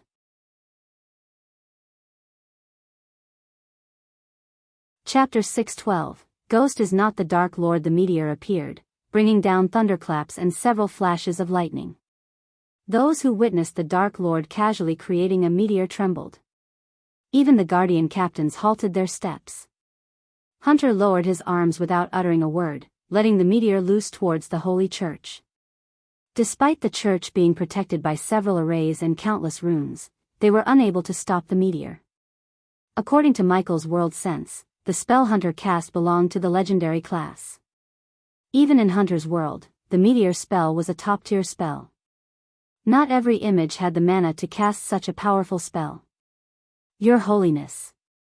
The holy guards quickly surrounded the old man, forming a human chain around him. They all promptly grabbed each other's arms as their armor began to radiate bright warm energy. In a few blinks of an eye, a light beam shot out from the sky to envelop the holy guards and the old man. Meanwhile, the meteor approached the Holy Church, creating ear-piercing thunderclaps and countless lightning cracks in the sky. The energy distortion in the atmosphere petrified everyone. Because of the spell's power, the space around them was distorted, preventing the teleportation from working. That was why the Alpha Guardians who tried to teleport to the Holy Church failed to do so. Fortunately, it worked in Michael's favor. Too many Alpha Guardians and powerful people might result in more suspicion. Boom! The meteor crashed onto the Holy Church as Michael saw the golden dome around the church flicker vigorously before finally fading away. Under the burning meteor, the church crumbled into pieces. Regardless of the pain in his arm, Michael smiled at the Holy Church's destruction. Everything within a kilometer radius was crumbled to nothing but ashes. Michael asked Hunter to put on a show but never expected Hunter to bring such destruction upon the royal land. At least, the Guardians evacuated the nobles and the people on time. Still, the meteor took many lives. The shock wave even destroyed some of the walls around King Kramer's castle. Everyone coughed and closed their eyes due to the mushroom cloud produced by the crash. The rest were tossed into the air like kites without anchors except for Michael and a few others. Michael quickly rubbed his eyes, trying to locate Hunter. Eventually, Michael was able to open his eyes to see Hunter hovering in the air. Unfortunately, due to the dust storm and the fire particles in the air, Michael could barely see Hunter. Hunter grinned, admiring the destruction he caused. A while later, he slowly turned his gaze. "Get your schedule free. I will meet you next week." "It's going to be a hell of a ride," Michael smirked before flying into the vortex above him. "He took my armor," Michael growled, but after thinking about how much Hunter helped him, he couldn't help smiling inside. It's time for a new armor anyways. Michael really felt lighthearted and relieved. Not because he destroyed the Holy Church, although it was part of a reason for his delight, but because everyone witnessed Ghost fighting the Dark Lord. It would be hard to connect him to the Dark Lord now. Even though Michael had no idea that Mutrad connected Ghost to the Dark Lord, his plan completely messed up Mutrad's theory. In the battle between wits, Michael scored 1 against Mutrad. After several hours, the Guardians erupted white tents in the wasteland, which was previously the holy church surrounded by an alluring maple forest. Michael sat on a chair inside of the tents, waiting for someone from the Guardians to appear. A couple of holy guards and Guardians, both were at the soul refining stage, stood guard on each core of the square tent, protecting Michael. Everyone believed Ghost was the Dark Lord's target, and he destroyed the holy church because they allied themselves with Ghost.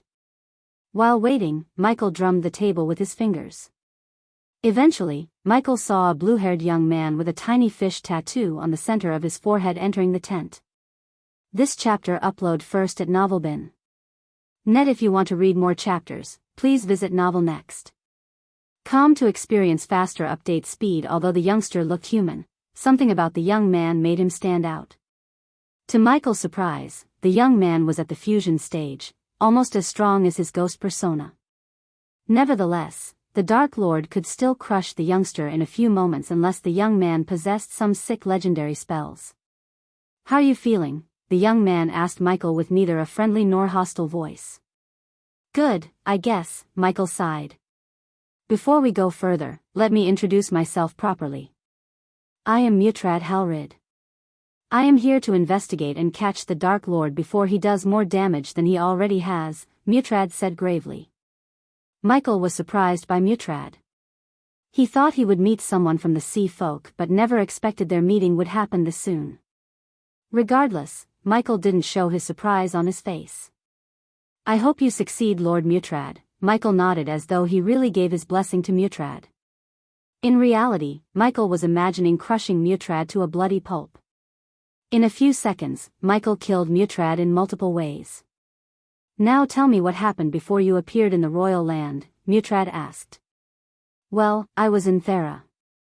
I went there to attend the aqua auction." Michael began to recount everything truthfully except the part where he went to catch Heinberg's killer and the part where he met Mugashuku. "I don't know where he came from. One moment I was in my room, and the next, I was in the sky near the holy church. Did he say anything about why he chose you as his next target?" Mutrad asked. "He was saying some bullshit about me using my talents to profit instead of helping the needy," Michael said. He knew how Noah felt about him, as the latter always disliked Michael selling his potions for high prices to the nobles instead of helping the poor. So Michael decided to connect Noah with the Dark Lord as much as possible. "Where were you in Thera exactly?" "You serious? There is a plague going on there, and guess who found the cure?" Michael smirked. "I was brewing the cures when that evil bastard teleported me here. Now I have to find another portal to get to Thera again." Michael sounded genuinely mad. In fact, he was mad at Hunter. By destroying the holy church, he destroyed the teleportation portal. He could use the runic teleportation to get to Thera. First, however, Michael needed to go through a teleportation portal to avoid raising any suspicions. "Did you hear the Dark Lord saying he has been summoned?" Michael questioned Mutrad for a second. This chapter upload first at Novelbin. Net. If you want to read more chapters, please visit Novel Next. Com to experience faster update speed. Mutrad nodded. "Is there any chance there is another one above the Dark Lord?" Michael asked Mutrad, putting Mutrad in deep thought. No matter how hard he thought about the facts, Mutrad couldn't connect Ghost to the Dark Lord anymore. The facts simply didn't sit right with his theory of Ghost being the Dark Lord anymore. So, as a member of an advanced civilization, Mutrad infused himself with the ability to see through someone's cultivation level in Elon and Azair. Because of that, Mutrad was able to see Michael's fusion stage cultivation, and the Dark Lord was at the celestial stage. After seeing the celestial stage cultivation level, Mutrad's theories such as Ghost using puppets, slaves, and illusions to duplicate himself, went out the window. No way anyone could create a celestial stage duplicate. Even among sea folks, only one celestial being existed. At least, that's what Mutrad learned from his elders. Mutrad couldn't explain or connect Ghost to the Dark Lord anymore. He was so sure about that, but now, his theory crumbled to pieces. Thus, the best thing Mutrad could do was get as much information about the Dark Lord from Ghost. If Ghost was really the Dark Lord's target, he needed their help as much as they needed his. Maybe or maybe not, Mutrad answered nonchalantly. Do you have any idea why he wanted to kill you in front of the Holy Church? You saw the spell he cast. If he wanted to kill you, you would have been dead. Yeah, no shit. Michael rolled his eyes. Didn't you hear him screaming how he wanted to torture me instead of giving me a painless death? He must have really liked to put on a show. Man, I can't wait to get back to Mazeroth. That might be the only place he'll be safe. As far as Mutrad could tell, Ghost wasn't lying. There were no signs of him lying on his face.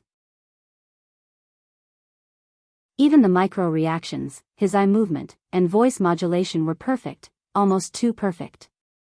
Everything Mutrad saw led him to believe Ghost was not the Dark Lord. In fact, he might be the Dark Lord's target, and every fact he had previously might just be a coincidence. Unknowing to Mutrad, the confusion and chaos in his mind were visible to Michael. He had to thank Hunter for coming to his word when he did. If it wasn't for him and the overpowered spell he cast, Michael couldn't have convinced and terrified everyone at the same time. He doubted anyone would voluntarily agree to chase the Dark Lord anymore. But Michael's plan wasn't over yet. Instead, he had one last piece, a crucial piece. He entrusted his beloved Gaia to the last part of his plan. Suppose everything went according to his plan, even the Sky Hall would think twice before messing with the Dark Lord. Can I go now, Lord Mutrad? I am exhausted. If I am going to die, I want to enjoy the last moments of my life with my fiancé instead of sitting in this tent. No offense, none taken, Mutrad said, heaving a sigh of relief. Michael finally stood up. I really hope you catch that bastard Lord Mutrad. May the gods are with you on your hunt. Michael smiled at Mutrad before walking out of the tent. Now that Hunter had destroyed the portal, he had to visit Aragoth to use their portal. Fortunately, he knew Olivia. So using their portal wouldn't be a hassle. From now on, Michael could entirely focus on building his business empire as Ghost and Order of Death in the Shadows as the Dark Lord.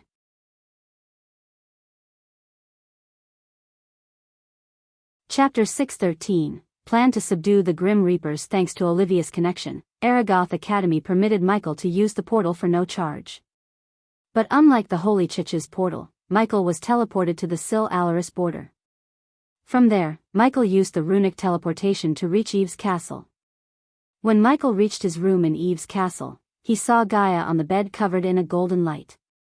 She was breaking through to the soul refining stage level 3. Without making any sound, Michael sat beside her on the bed as Nightmare slowly crawled onto his lap. Michael shushed Nightmare when he was about to ask about the wound on his arm. Michael slowly removed his dark robes, letting Nightmare see the deep scar on his upper right arm. The APD healed the wound, yet it couldn't remedy the scar. Hunter's energy whip was powerful enough to leave a deep scar despite Michael's APD. Although Michael could remove the scar with some special potions, he chose not to. He considered the scars as lessons and markers of his past. While Gaia was absorbing the energy in the atmosphere, Michael put his robes on the hanger and made his way to the table. Nightmare jumped onto the oak table. She was about to leave the castle when she suddenly entered the breaking through phase, Nightmare said in a low-pitched voice, only loud enough for Michael to hear. What just happened? Where is Vidora? Nightmare asked. After seeing the scar on his arm, it was evident to Nightmare Michael went through a battle. They are in the dark forest. Nightmare noticed the slight graveness in Michael's voice. He was concerned. What happened? Nightmare asked Michael again. Michael took a deep breath looking at the gloomy city before him. Considering there was no point in hiding what had happened from Nightmare, Michael decided to tell Nightmare everything. But just when he was about to open his mouth, sudden energy pulsated in the room. Michael and Nightmare quickly turned their heads in Gaia's direction because they sensed the energy pulse coming from her. The golden light enveloping Gaia glowed brighter and brighter to the point Nightmare and Michael closed their eyes for a moment. Moreover, They both heard a low-pitched whistling sound resonating in the room.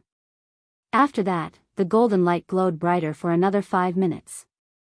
During these 5 minutes, Michael and Nightmare peeked through the gap in their hands at Gaia.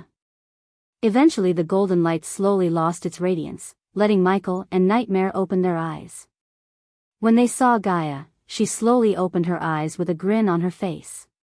Finally, level 3. Not bad at all, she cracked her neck, which she picked from Michael. Her grin froze when Gaia saw the deep scar on his arm. She realized the scar might be connected to what he asked her to do.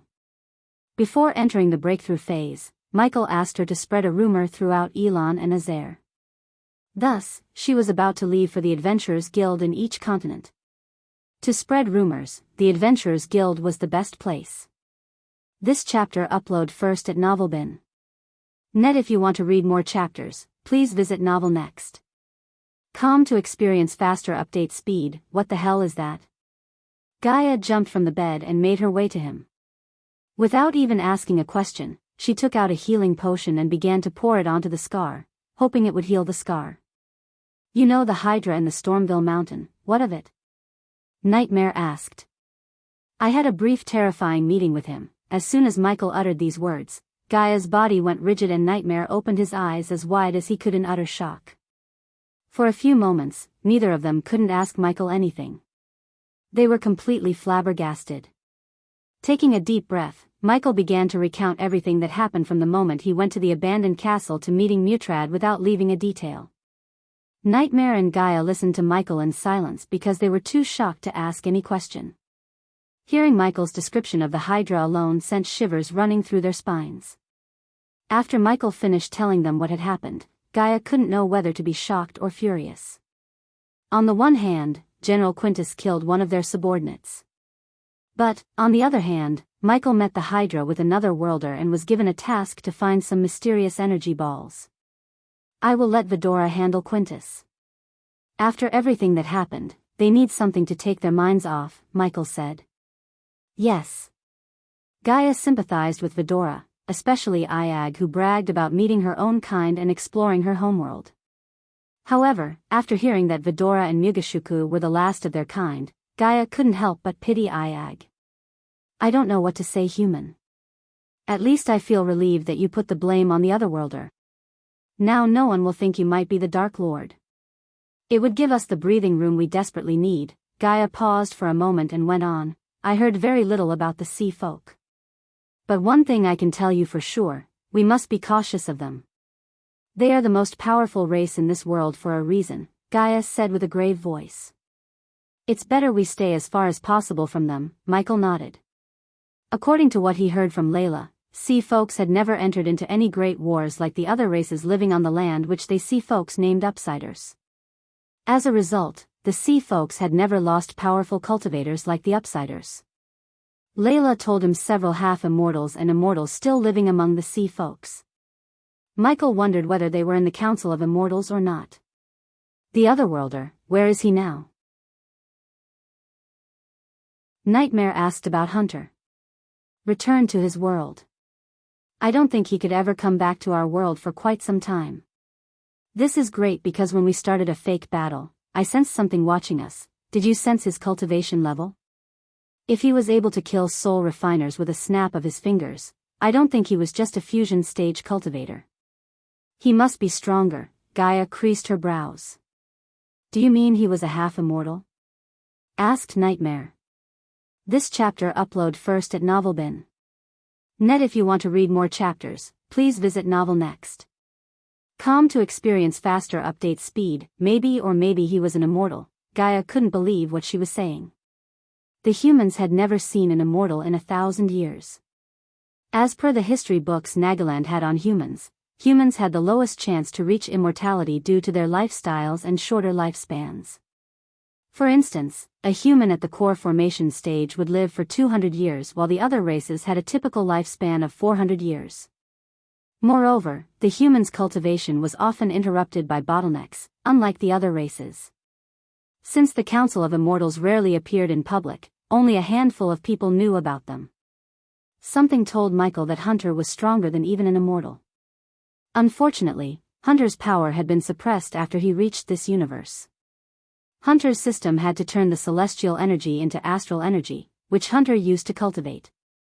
Due to the energy conversion, Hunter was operating with a limited amount of power. Even with limited power, when Hunter cast his first spell, it created a massive ripple in the atmosphere, which freaked out the entire Council of Immortals. As Michael was speaking to Gaia, the Council of Immortals was preparing to meet the Sky Hall Elders. What if the Sky Hall sent half immortals and immortals to chase down the Dark Lord? Nightmare asked a question that's been in Michael and Gaia's minds. They might. That's why we need to be extra cautious from now on. If we don't leave any trail, they won't be able to find us, said Michael. So what do we do next? Asked Gaia. We build our own teleporter. Michael cracked his neck. A few months ago, building a teleporter was an impossible task for him. However, with a 6-star runemaster like Elidar, he could build his own teleportation array. Although he had the runic teleportation skill, it wouldn't work when he was in a battle. So if Michael had met a stronger enemy and wanted to teleport away to escape, the runic teleportation wouldn't be of any help. However, if he had built a teleportation array and connected the array to the system, Michael knew he could teleport whenever he wanted, despite the situation. I know you're thinking of letting Elidar create the arrays, but he won't be able to build one without special materials. Where do you think we should buy them? As you said, we cannot leave any trails that could lead our enemies to us, Gaia said. I will buy them and teleport here as someone else, Michael said. Buying the materials from the system store might cost him millions of badass points, but a face mask not. So, he could simply transform into someone else, buy the needed materials from Aqua Palace or somewhere else and teleport back to the Dark Forest using runic teleportation. Gaia thought about Michael's plan for a moment before nodding. Then, she finally put her focus on Heinberg's death. Just the thought that Quintus had killed Heinberg made Gaia's blood boil. She wanted to pay him a visit and rip him apart piece by piece. I don't want to rush Vidora, but I need Quintus dead within a week. We cannot let someone who killed our subordinate live for long. It makes us look weak, Gaia growled. Why don't we go somewhere else and let our pent-up anger out? Michael asked with a devilish grin. Are you thinking what I am thinking? Gaia too grinned like a devil after hearing Michael, which confused Nightmare. What are you two talking about? With a flick of his wrist, Michael took out the golden parchment he got from the Reaper before killing the Reaper. The Grim Reaper headquarters in R, Michael said. It was time Michael had paid them a visit and made them pay for putting his life in danger on several occasions. If Michael left the Grim Reapers left alone, someone with enough coins would always put a bounty on his head. Therefore, Michael decided to either wipe them out or make them join the Order of Death.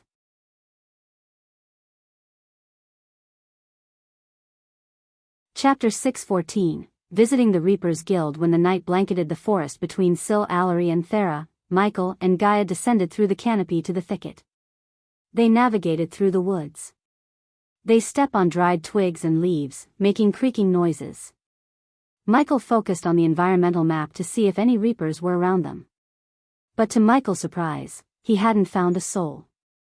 Michael thought it must be because the Reapers wanted to maintain secrecy. After all, having several men patrolling could expose their location. Gaia followed the map, and eventually, they reached the hills adjacent to the forests. As far as one could see, there was nothing but stone before them. It should be here somewhere, Gaia furrowed her crease, running her hand through the rough surface. Michael stood a couple of meters away from the hill under the shade of ancient banyan trees. He looked around the place to locate if there were any illusion runes near them. Yet, he found nothing, which meant there was no illusion. So, after a while, Michael summoned the system.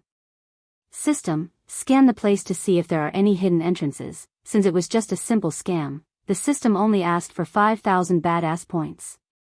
Afterward, a pale blue light shot out from Michael, visible only to him, searching for hidden entrances in the hill.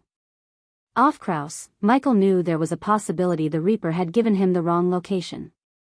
But he looked the Reaper in the eyes when he received the parchment. So unless the Reaper was a peerless liar, this place must be their hideout. Are you sure this map is legit? Gaia asked Michael. He stayed silent until the blue light in his sight turned jade green, spotlighting an area. The system has found an entrance protected by secret arrays and runes. Does the host wish to break them? It would cost the host 15,000 badass points. Yes, Michael said nonchalantly. The jade green light intensified as the hill spotlighted by the system trembled. Soon, it split open with a slow creak. How'd you? Never mind, Gaia was startled, but she was with him long enough not to get surprised by things like this. Before taking a step into the cave, Gaia conjured a ball of light in her hand, tossing it into the cave to not only light the cave but also detect if there were any hidden traps. Afterward, the both of them cautiously walked through the cave, expecting trouble any second. Is this place supposed to be empty? Gaia questioned after noticing the empty caves. She could understand why there were no reapers outside, but she wondered why there were no guards inside either. I don't think so, Michael said in a husky voice. They continued to walk without triggering any traps or meeting reapers until they reached a spacious hall lit by a crimson-red chandelier hanging from the cave top. Surprisingly, the hall seemed to have been tossed by someone else. All the tables were either broken or upside down, the quest boards were destroyed, and what could have been the counter was burnt to ashes.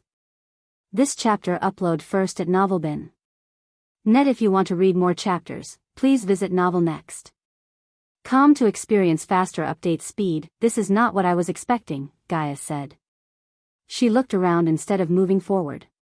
At this point, Michael realized why there were no guards on the way or any life signs detected on the environmental scanning map. Michael slowly hovered to the burnt counter.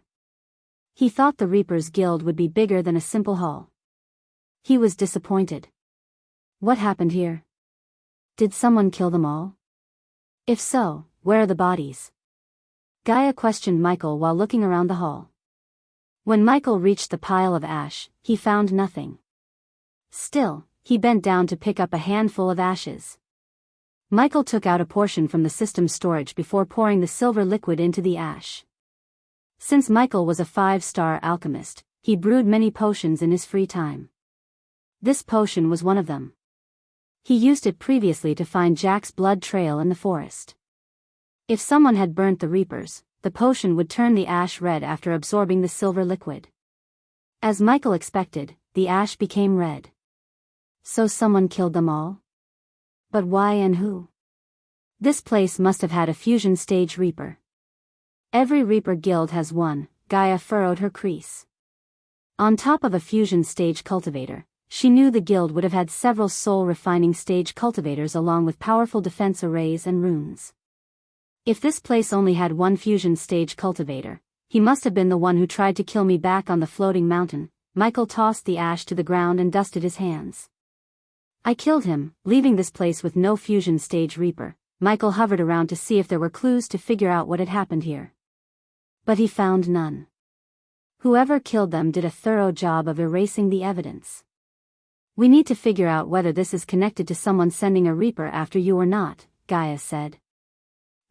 Michael nodded. If we could get our hands on some reapers in Elon or Azair, we might get some ideas.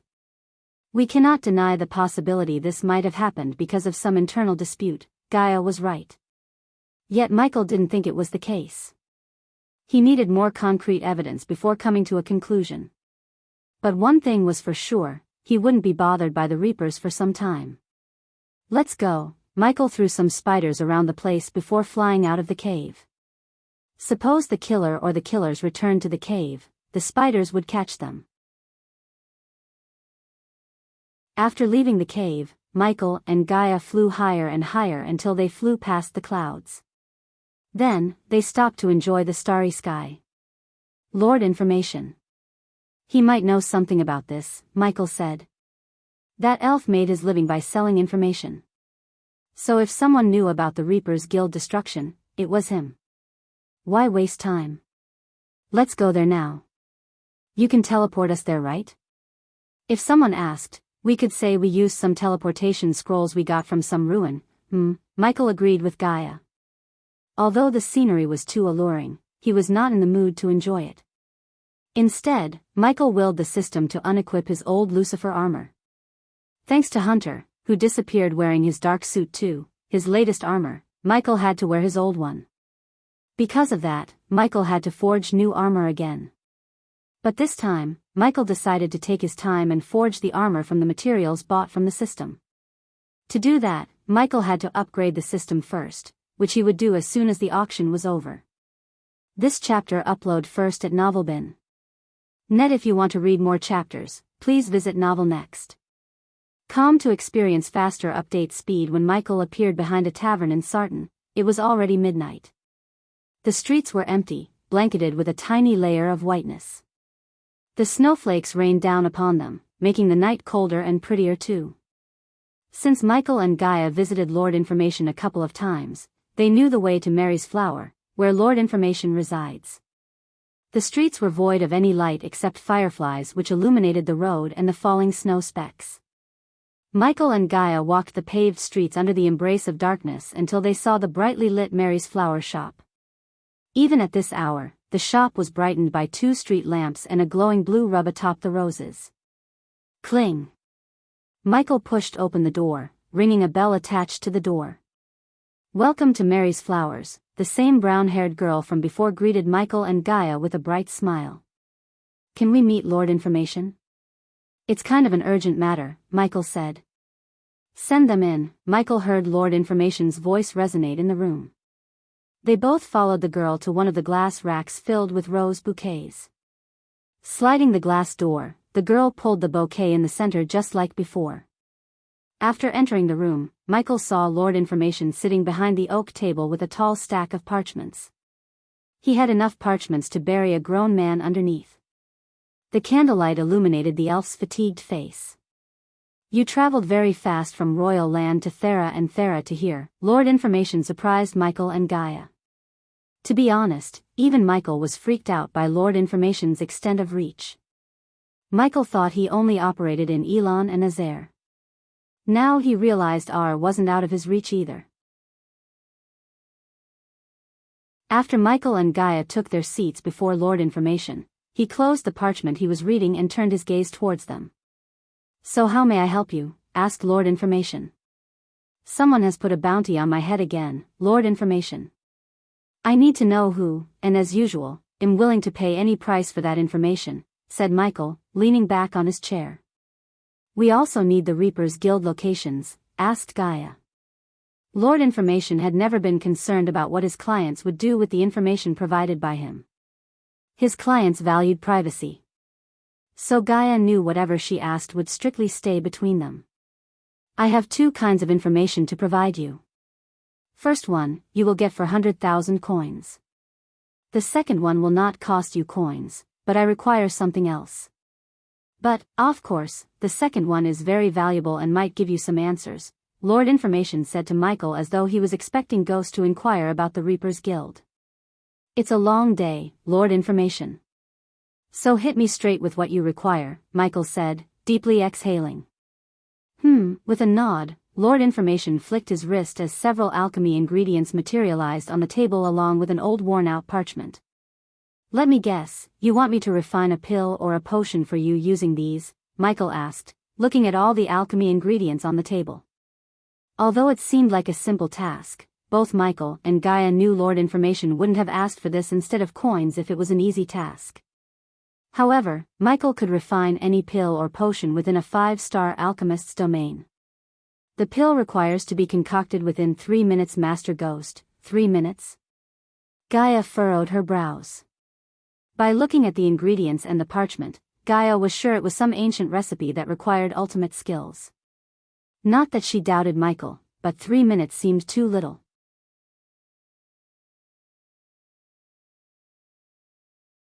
Chapter 615, Plan to start an Assassin's Guild. You wouldn't have given me this if you didn't think I'm the right man for this task. So let me give it a shot, Michael said, confidence oozing in his tone. Ever since he became an alchemist, he had refined thousands of pills and potions. Refining pills and potions had become his second nature, as easy as breathing. When Michael was inspecting the parchment, Lord Information took a few inches tall hourglass and placed it on the table. You ready? Lord Information asked. Michael nodded, conjuring the emerald green flames to dance above his palm.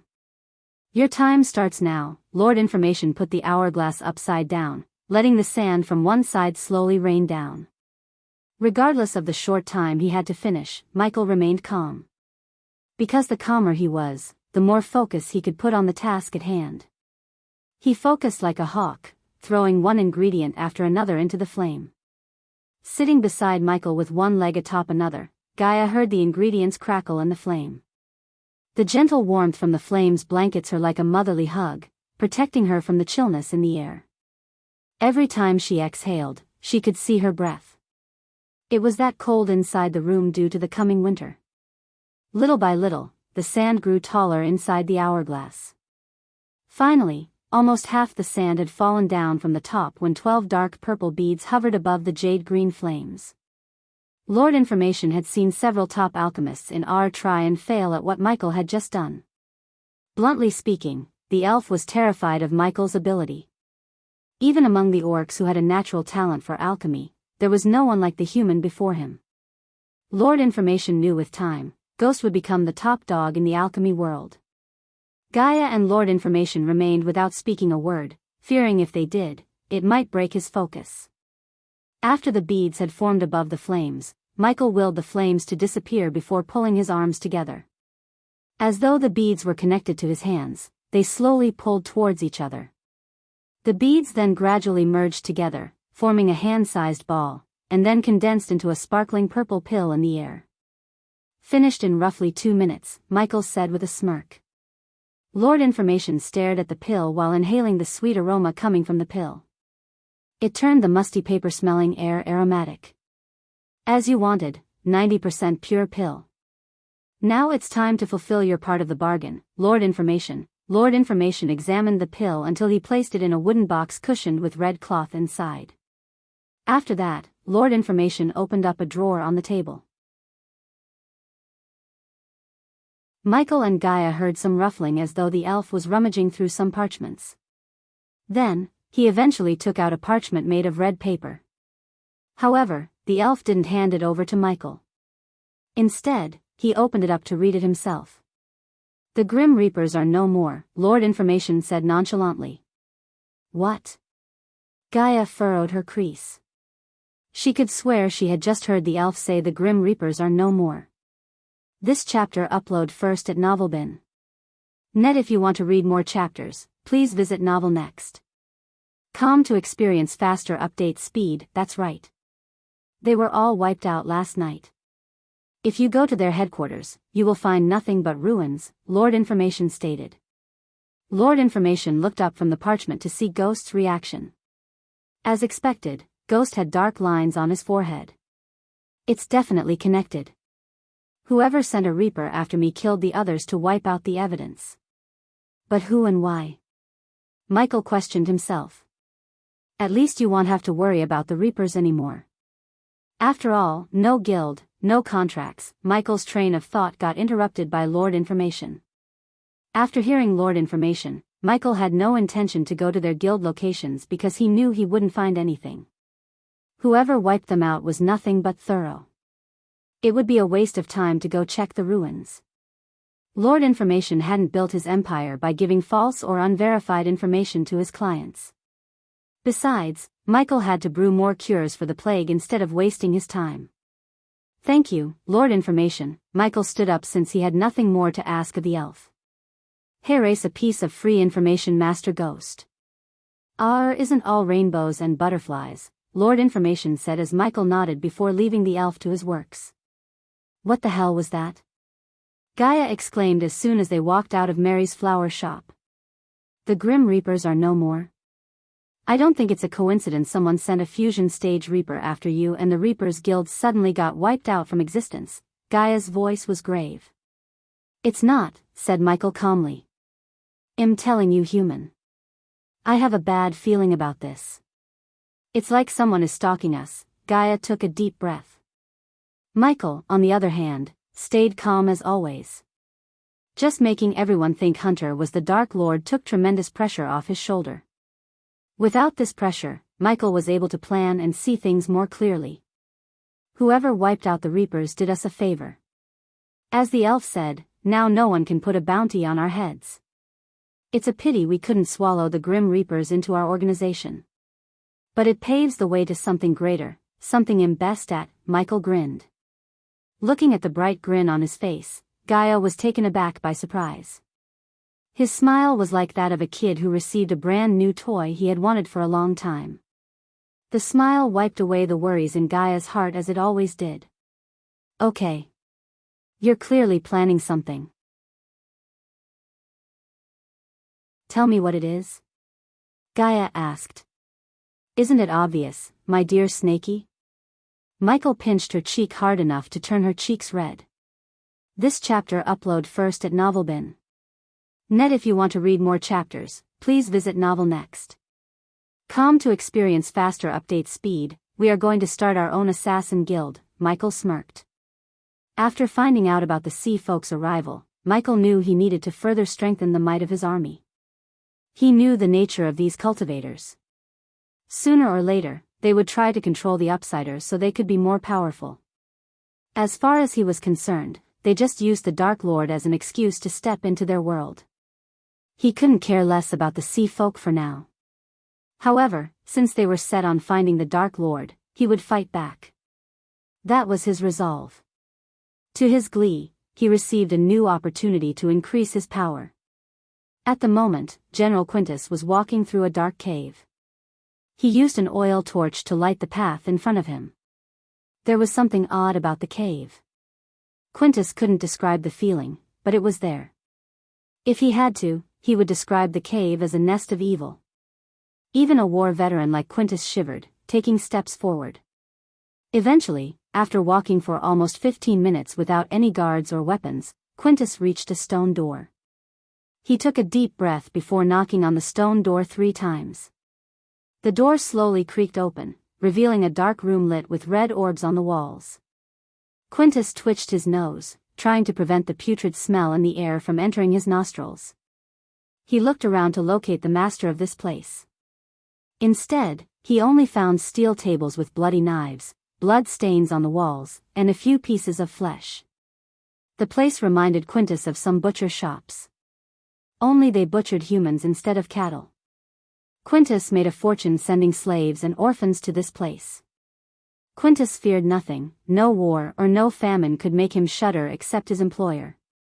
Just the thought of meeting his employer gave him chills. Quintus, his body went rigid when he heard a whisper resonate in the room. Did you finish your task? The voice whispered again. It sounded neither of a man nor a woman. Rather, this voice was beastly. Yes, Quintus said. Beads of sweat formed on his forehead as he shivered. He tried to turn his head, but his brain refused to obey his commands. Good, the whisper sounded close to his ear. He could feel his neck hair stand up straight. True to his words, Quintus finished his task. It's time you received the gift, my dear Quintus. A cold chill ran through his spine. He hardly had time to wonder when he felt a strong force pushing him onto one of the steel tables stained with blood. Arg! Quintus wiggled violently to fight the invisible force. However, the force lifted him off the ground, putting him on the table. His hands and legs went rigid as Quintus couldn't feel them anymore. In fact, he only had feelings in his eyes. Sooner, Quintus noticed red orbs flicker. You will thank me later, the voice said. It wasn't too long before Quintus saw his mysterious employer. He didn't know the employer was a he or a she. In fact, he even doubted it was even a human.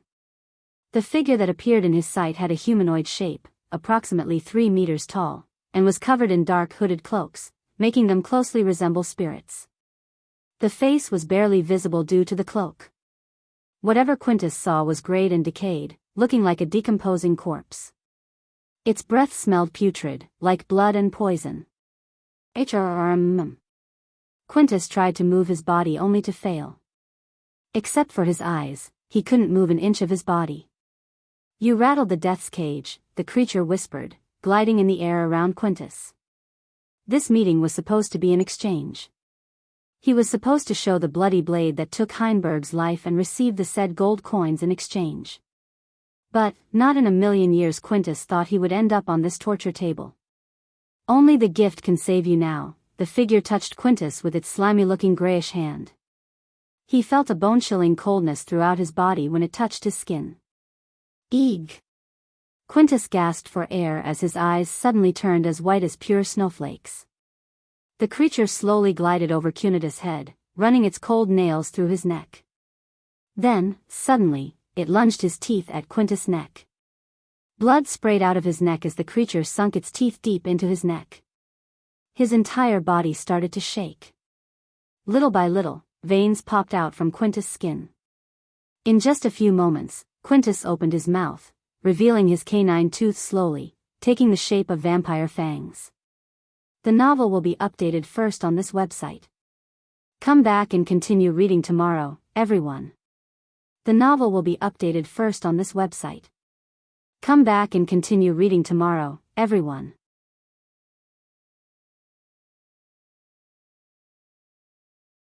Chapter 616, Aqua Auction begins. The Aqua Palace was nearly 3,000 miles away from Eucerius, where the Voldegard castle was located.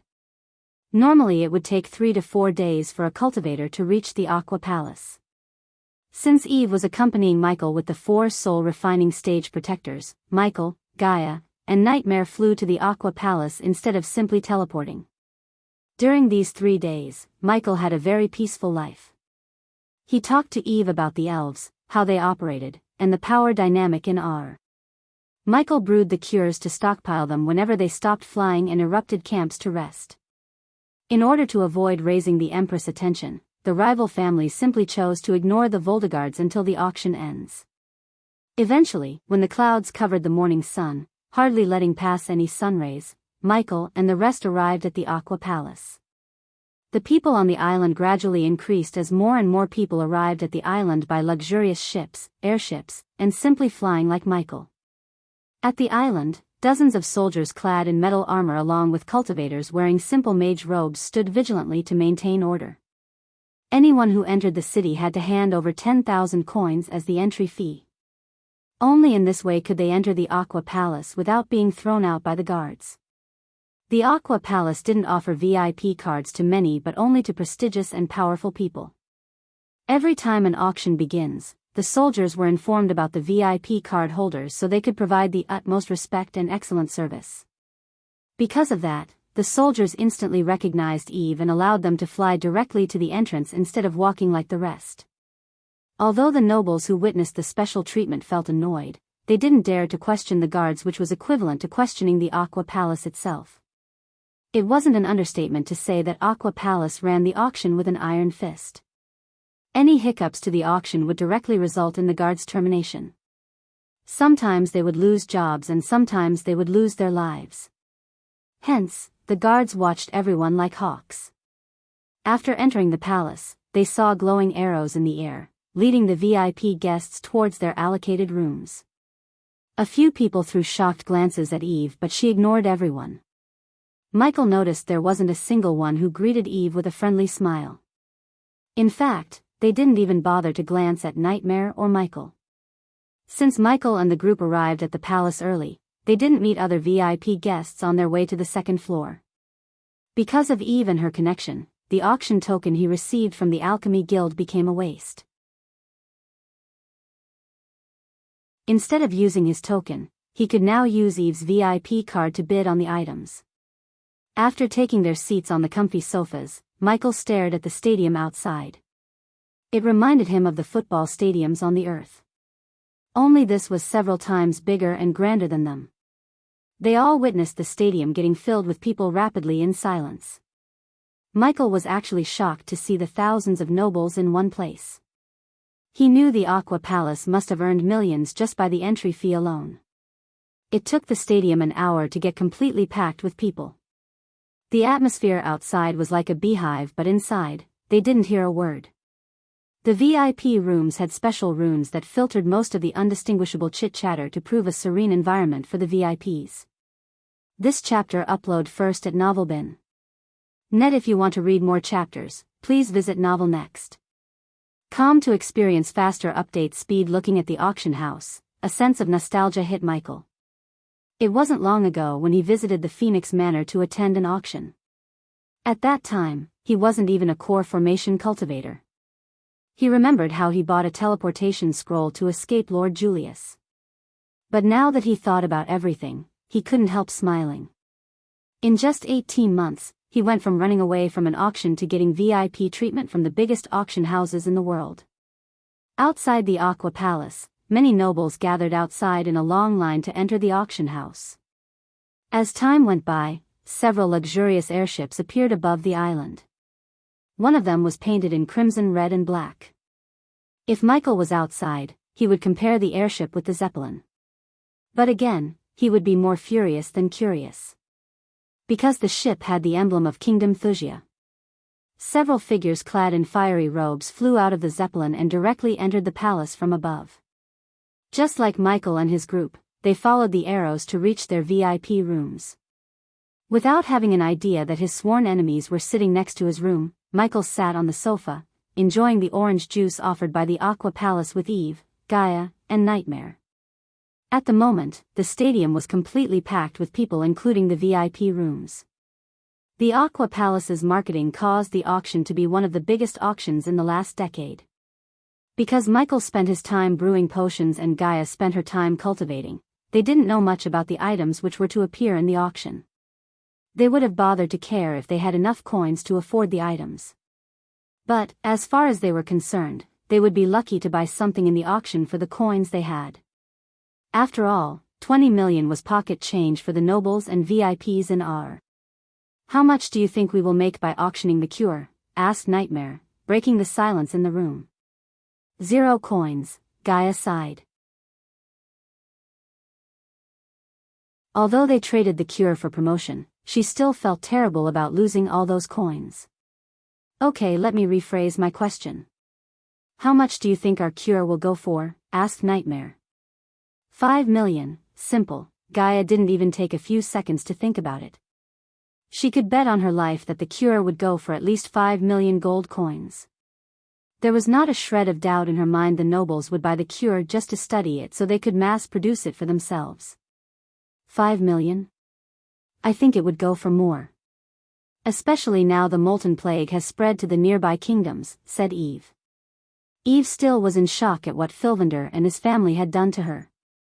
So unlike Jennifer, Eve couldn't care less about a few nobles in the nearby kingdom succumbing to the plague. To be honest, Eve's mind was a boggle as she couldn't figure out her feelings. A part of her sought revenge on the elves, but the other wanted to forgive and forget. This chapter upload first at Novelbin. Net. If you want to read more chapters, please visit Novel Next. Calm to experience faster update speed. Because of this, she occupied her mind with other things such as training, cultivating, and of course, spending time with her new best friends.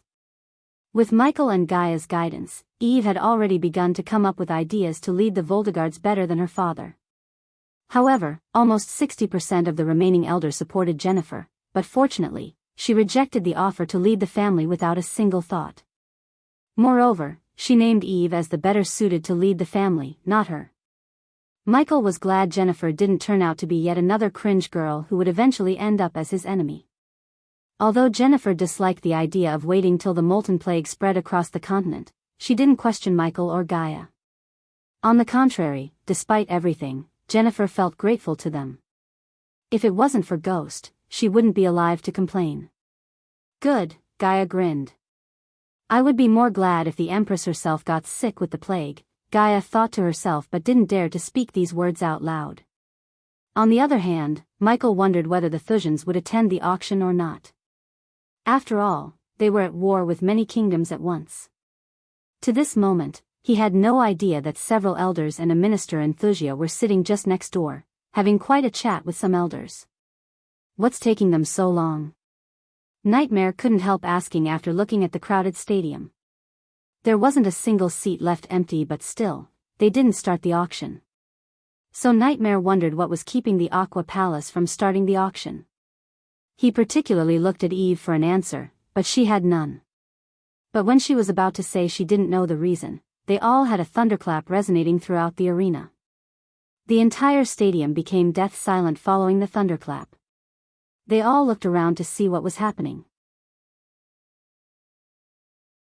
Some thought the auction was about to begin, but people like Eve who attended auctions before knew it wasn't the case.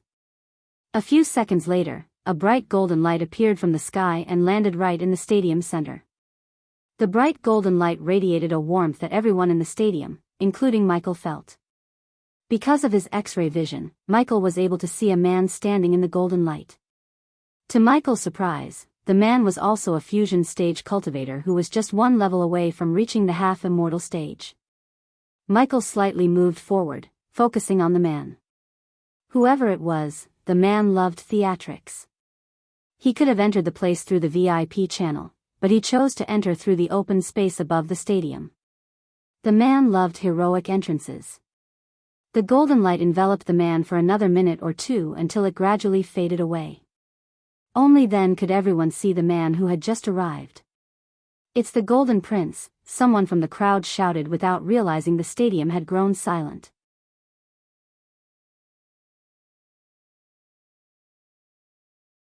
Chapter 6:17 War Gods of Ar. The elf was armed to the teeth with golden metal plates except for his head. So Michael could see the striking golden hair fluttering in the wind, blue eyes, and glowy skin. He simply waved his hand at the crowd before flying toward one of the VIP rooms. The elven prince left a golden light trail on his way to the VIP room. After the elf disappeared from his sight, Michael tilted his head to question Eve. "Who is he?" "The third prince of Gondolin," Eve said. Gondolin could be said as the capital of Ar because the Empress ruled the continent from there.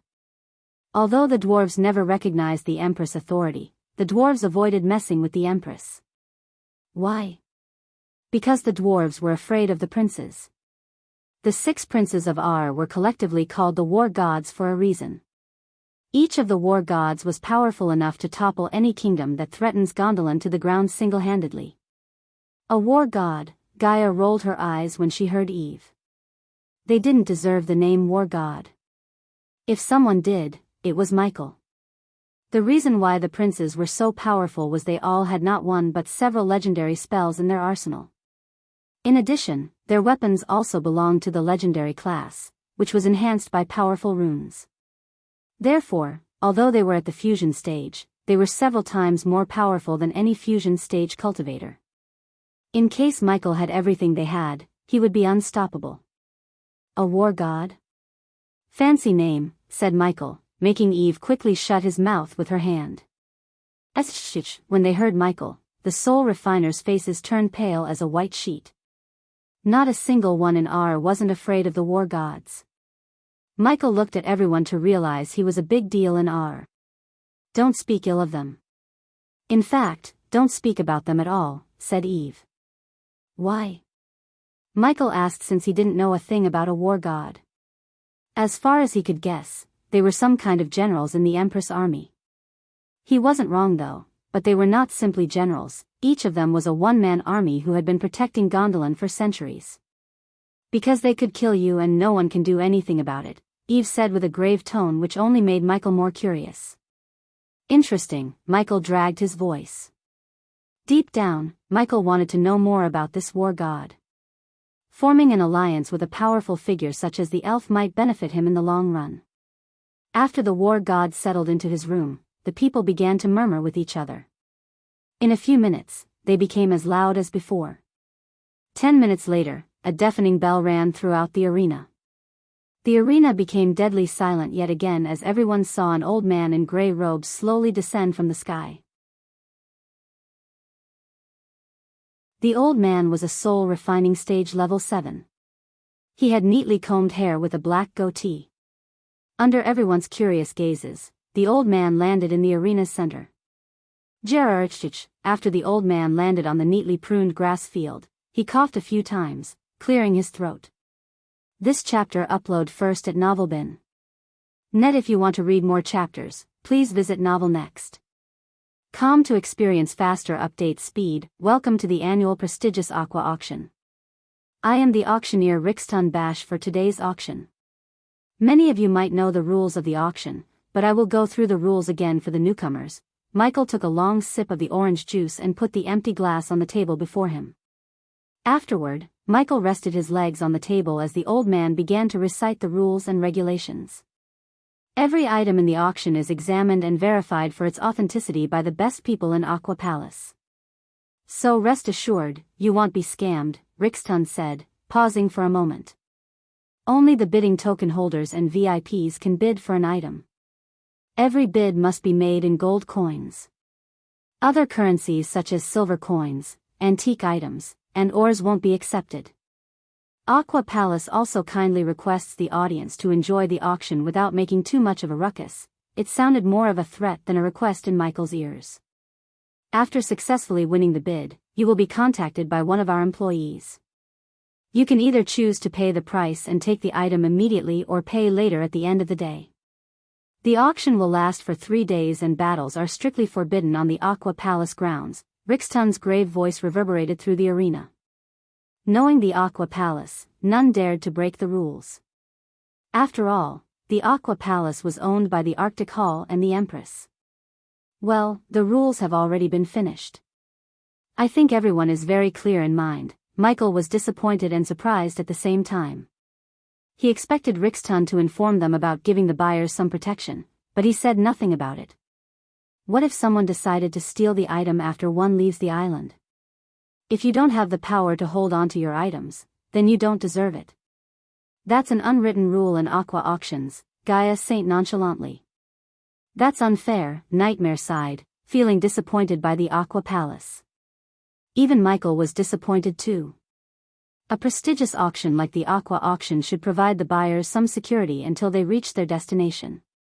Otherwise, the powerful people could just snatch away an item from the weak. Back on Elon and Azair, many auctions resulted in an all-out war between noble families or between some rogue cultivator and a noble family. Either way, the auctions always resulted in bloodshed. The importance of a teleporter seemed higher and higher in Michael's mind. The crowd remained silent, listening to Rixton without daring to utter a word until he finished going through the rules. Now that I went through the rules, it's time to finally start what you've been waiting for all this time.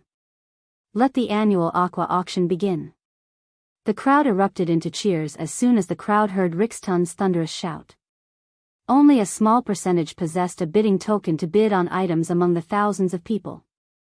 Still, they all cheered because not every day could they witness rare, ancient items with their own eyes. Plus, if they were lucky, they could see a nice battle outside the Aqua Island obviously. Soon, Rixton turned his palms as a black pillar emerged from the grass field near Rixton. A silver longsword rested upon the pillar, glistening in the light. Even from their rooms, Michael could hear the sword humming. The blade had a large, warped crossguard, which was to ensure the blade was both balanced and capable of protecting the owner's hands against any sliding sword. In addition, the crossguard had a gilded eye on each side, a clear sign this weapon belongs to a champion. A fairly small pommel was decorated with gilded linings, fancy decorations for a fancy sword. The blade itself was engraved. Ancient symbols were engraved on the blade, giving the blade a unique look. With a single look, Gaia could tell the sword belonged to the epic class. To be honest, she had never expected the Aqua auction to begin with an epic class item right out of the bat. It seemed like this year's Aqua auction would be a special one. Rixton pointed at the silver sword. This is an epic class weapon. As far as our experts tested the sword, it could give the wielder a speed boost as well as create a low-pitched vibration to void off mindless beasts. To Michael, the sword sounded okay, but the others were so excited as many drooled at the sword. However, Michael had no intention of buying the sword even though he was in need of a good pair of swords. The starting bid for this sword is 1 million gold coins, Rixton said. This chapter upload first at Novelbin. Net. If you want to read more chapters, please visit Novel Next. To experience faster update speed. Not even a second passed since Rixton spoke when someone from a VIP room bid for the sword. 1.5 million, another one bid for the sword from another VIP room. Because the VIP rooms were shielded by the black glass, no one could see who was inside another VIP room. That was why Michael didn't see the Thujans bidding for the sword. Michael noticed Rixton had never mentioned a certain amount to increase for each bid like the auction he had attended. So the bid for the sword went from 1.5 million to 4 million in a few minutes. 7 million, suddenly a clear crisp voice echoed through the arena, drawing everyone's attention. Michael turned his head in the voice's direction, but the black glass covering each VIP room prevented him from locating the voice's owner. However, Michael had X-ray vision to see through the mirror. His thermal vision showed Michael a man's silhouette. If he was right, it was the Golden Prince who bid for the sword. The nobles in VIP rooms instantly recognized the prince's crisp steel-like voice. They wanted the sword for themselves, but it was not worth crossing the Golden Prince. As a result, they all stopped bidding for the sword. "It's bad for business," Nightmare said. "No shit," Gaia agreed with Nightmare. "If I had an auction house, I would mask everyone's voice and prevent anyone from revealing their background. That way, everyone can bid without fearing the strong." Gaia was right as always. When it comes to anything related to making money, she was an unparalleled genius. At least, she was more intelligent than the Aqua Palace owners, who didn't think of masking the VIPs. Otherwise, the sword would have gone for more than 7 million. "Sold for VIP number 3, the Golden Prince," Rixton shouted, revealing the man who just bid for the sword. Sitting on the sofa, Michael furrowed his brows. The old man had no need to reveal the Golden Prince's name. Instead, he could have simply said the VIP room number. Something rubbed Michael in the wrong way about this whole auction. Is he just showing off or actually needs that sword? Michael whispered to Eve, "Who knows?"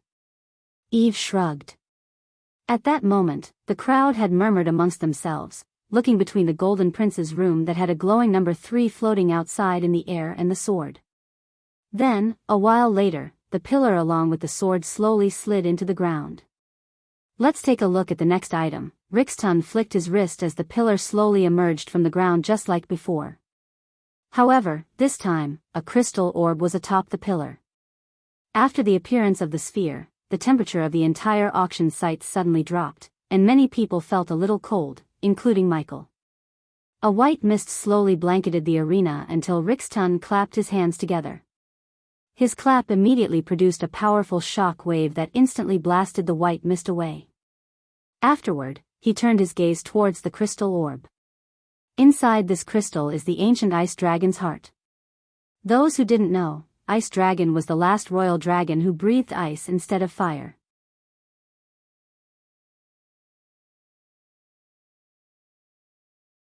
Chapter 618, The Hunt Family and the Cure. As Rixton mentioned, the heart inside the ice crystal belonged to an ice-breathing dragon that lived in the treacherous ocean. It was the last of his kind.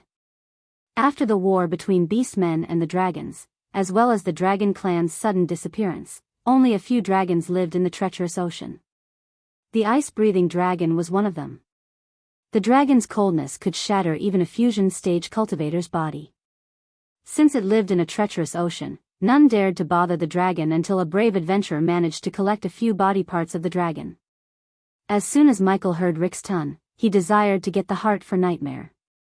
He could think of a few potions that could use the dragon's heart as an ingredient to give Nightmare a new ability. However, he doubted he could get his hands on the dragon's heart. If I started to list out the things you can do with the ice dragon's heart, we will all have to be here the whole day. So, I would directly begin the bidding instead of wasting everyone's time. The starting price of this treasure is 10 million, people gasped for air in shock after hearing the outrageous price. 20 million, right out of the bat, a noble doubled the bid by placing a 20 million bid. "That's my current net worth," Michael sighed, thinking how poor he is compared to the nobles in our. 25 million, another man shouted from a VIP room. 50 million, not even a couple of minutes passed since Rixton started the bid, but they had already hit the 50 million mark. It was truly outstanding. Am I jealous of them? Michael questioned himself after seeing the real wealthy people showing how rich they are to the world. Michael was taken aback by surprise. Someone had increased the body by 25 million like it was nothing. Michael activated his thermal vision to locate the rich noble. His eyes scanned all the VIP rooms, but unfortunately, the one who bid was adjacent to their VIP room, which prevented Michael from looking at them. Unless Michael could get his head through the glass, he wouldn't be able to see the nobles. Michael had no idea these nobles who occupied the room next were Thujans. 55 million, a lady with a melodious voice bid for the heart next. 70 million, the Thujans raised the bid once again, and this time, none bid against them. The ice dragon heart was a rare thing, but they didn't think it was worth 70 million. Who are these people? Nightmare asked, shocked by their wealth. They forked up 70 million like it was nothing. Although Gaia was a princess, she had never touched spent coins as lavishly as the other princesses because she knew how hard it was to earn them. Unfortunately, Salisi, Gaia's stepmother, didn't share her thoughts. Thus, she spent the coins on all kinds of expenses, driving the kingdom to near bankruptcy. Gaia knew the value of gold coins more than anyone. So naturally, she hated the nobles for giving away 70 million as there was no need to go that high. They could have increased the bid bit by bit and bought the dragon's heart for 60 million. Since it wasn't her coins, Gaia didn't bother to say anything. This chapter upload first at Novelbin. Net. If you want to read more chapters, please visit Novel Next. Com to experience faster update speed. Sold to VIP number 2, the Thujans. The moment Rixton uttered the word Thujans, Eve felt the temperature in the room drop by several degrees. Nightmare and Gaia immediately glared at Michael to see his eyes reddening. Not only did the veins in his eyes pop, but also the veins on his face bulged. Even with Michael's control over anger, he failed to remain calm when he heard the word Thujans. Ghost? Eve noticed the changes on his face.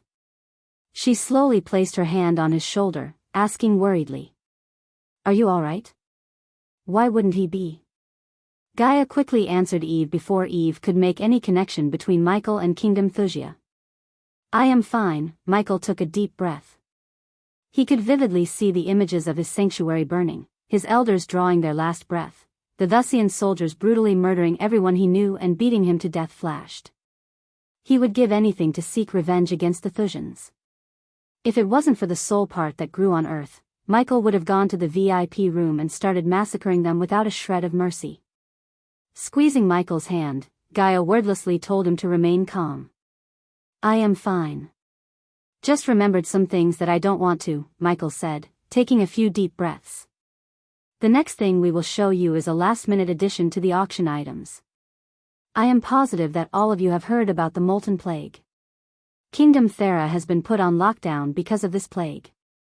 Although we haven't heard of anyone falling sick to the plague outside Thera, we cannot be sure. These are trying times. But if you have a loved one suffering from the Molten Plague or just want to be safe, worry not. The Aqua Palace acquired a cure for the plague." Upon hearing Rixton's words, the Golden Prince leaned forward on his sofa. "So the spies are right. Someone did come up with a cure." The Golden Prince rubbed his chin. Unlike the other VIPs, the Golden Prince didn't have any guards around him. He came here alone, seeking the truth behind the alleged cure. On the ground, Rixton flicked his wrist as a vial with glistening purple liquid emerged from the ground atop a pillar. "We have examined the potion and can say with utmost certainty that this potion not only cures the Molten Plague but prevents anyone from getting infected by the plague. This miraculous cure was brewed by the number 1 alchemist in Elon, Master Ghost. As per the deal, Rixton promoted Michael on the grand stage." "Ghost?" The Golden Prince tilted his head, searching through his memories to see if he had heard such a name before. In fact, many nobles did the same, but only a few heard the name Ghost. These nobles had some connections to Azair and Elon, unlike the rest, who failed to recognize Michael. But, of course, the handful of nobles who recognized Michael included the Thujans.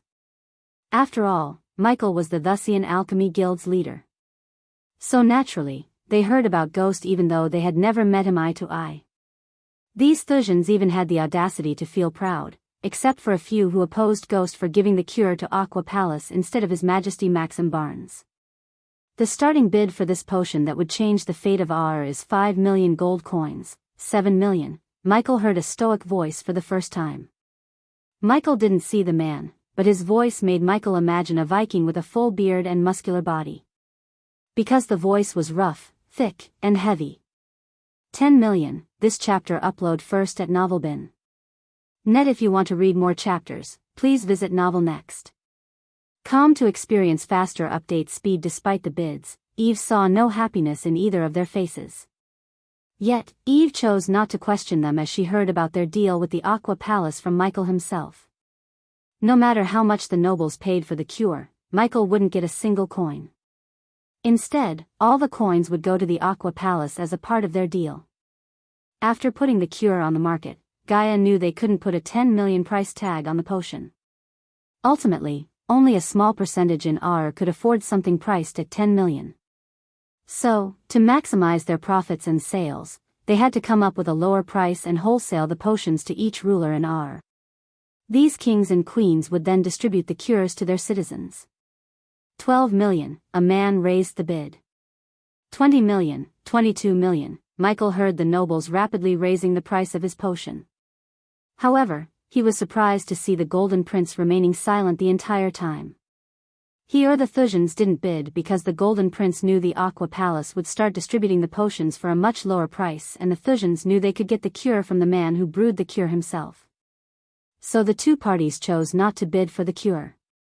The Hunt family bids 25 million, the rough voice resonated in the arena yet again. As soon as everyone heard the voice, the bidding war had just stopped. None dared to bid against the man afterward. AR had many prominent noble families, and the Hunt family was the second most powerful family among them. This multiracial family was only second to the Gondolin royal family in terms of wealth and power. The Hunt family was known to produce prodigies, including the late Harriet Hunt. The latter shook the entire world with her heaven-defying cultivation. The Empress herself feared that Harriet might overtake her in cultivation with enough time. It was a pity that Harriet Hunt and her two sisters died in an unforeseen accident. Even after her death, many academies in AR taught their disciples about Harriet. Moreover, the Empress erected a statue of Harriet in Gondolin's capital as a sign of respect for Harriet Hunt. However, none of them had any idea that Harriet Hunt was very much alive and living as Diana Winston in Elon. The Hunts are here, huh? Now I have a feeling we might get some entertainment after the auction. Gaia grinned. She couldn't believe they were between the Thujans and the Hunts. After noticing the silence, Rixton looked at the VIP room next to Michael's. Sold for 25 million to the Hunts, Michael paid no mind to the Hunts. As far as he was concerned, they were just another one of the powerful families in AR. Ignoring the Hunts, Michael focused more on figuring out the most brutal way to kill the Thujans next to him. Following the cure, Rixton brought 3 more treasures one after another. These 3 treasures were respectively obtained by the Hunt family, Thujans, and the Brugo family, which hailed from the kingdom of orcs. Many nobles, like the Golden Prince, didn't bother to bid for these items because they knew these items were just a warm-up. The real treasures would only appear later in the auction. The auction lasted for 2 hours with no items that interested Michael or Eve. Eventually, Rixton took a deep breath. The first day of the auction concludes now. Please return here tomorrow morning for the second day of Aqua auction, Rixton said before ascending to the sky. Meanwhile, the crowd slowly began to disperse, including the VIPs. I hope you two don't mind staying in one room, Eve playfully winked at Gaia. All the rooms are booked. So I could only book 2. One for me and one for the 3 of you.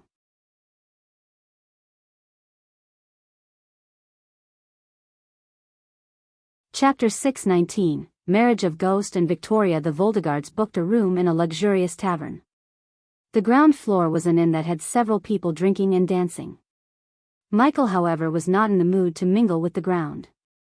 Instead, he and Gaia followed Eve behind until they reached the wooden door. This is your room. If you need something, I am just a door away, Eve said as Michael twisted the metal knob, opening the door with a small creak. See you tomorrow, Michael nodded at Eve before walking into his room with Gaia.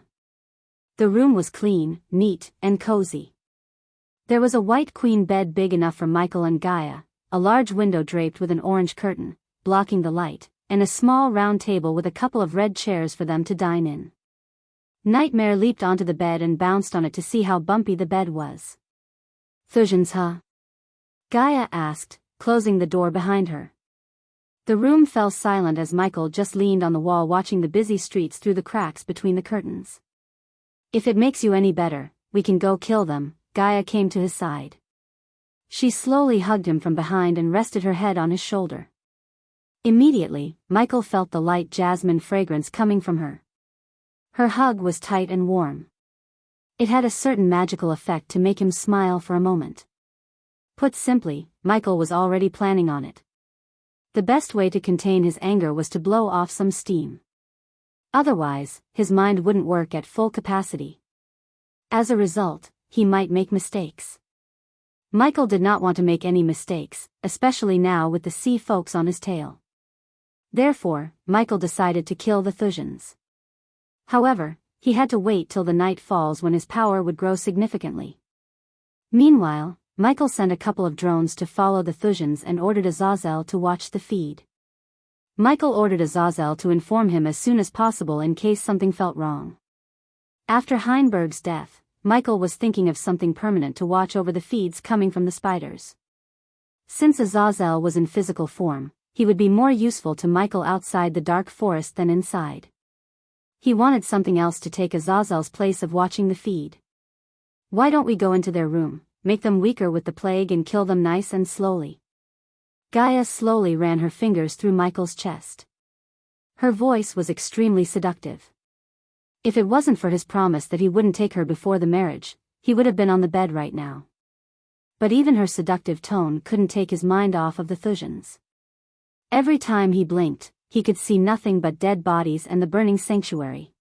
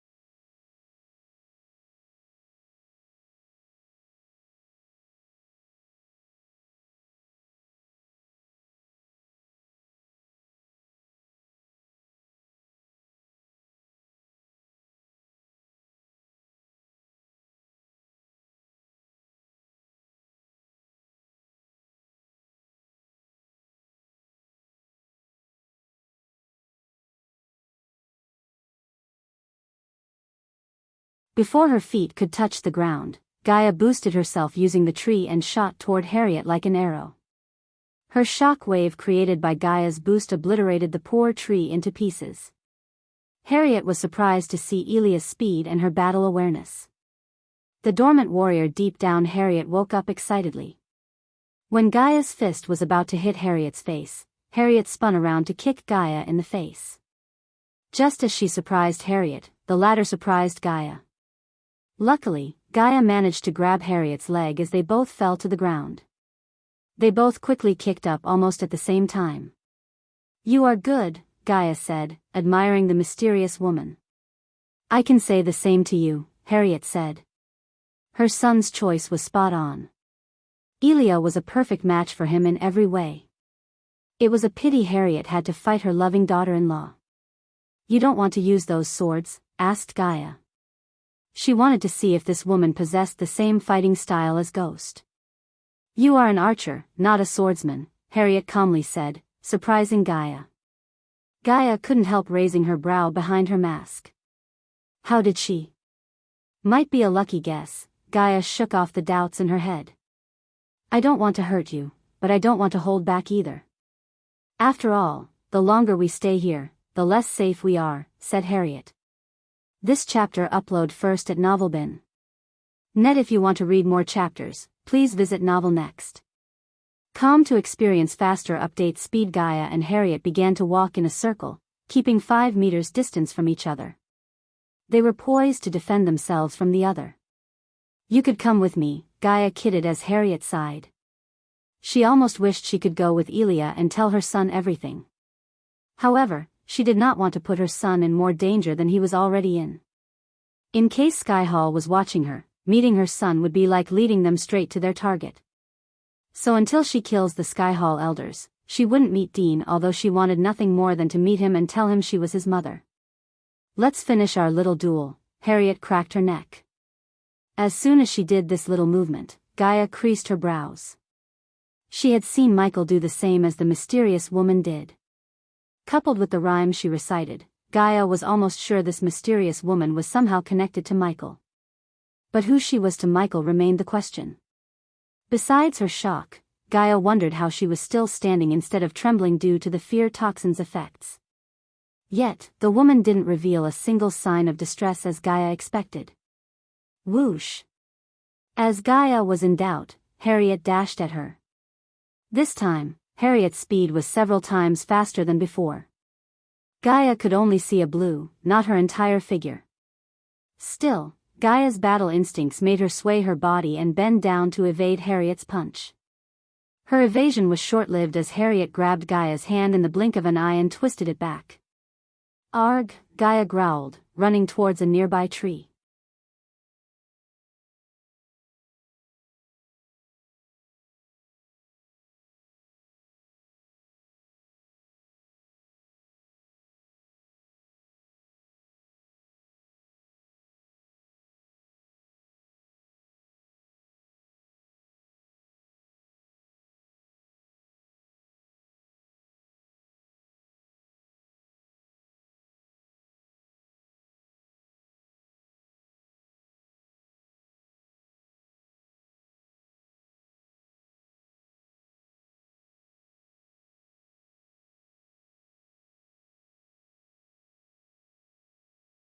It was a good thing Michael covered his face with a mask. Otherwise, Layla would have seen through his shock. After hearing Edith, Michael's brain connected all the dots. He creased his brows. Considering Edith was Victoria's best friend, she would obviously stand between him and the destruction of Thusia. Especially when he was about to kill Victoria. At that moment, Layla might intervene to save her little sister. This complicated things for Michael. Not only Edith had Noah but also Layla to save her. I don't have time for these squabbles.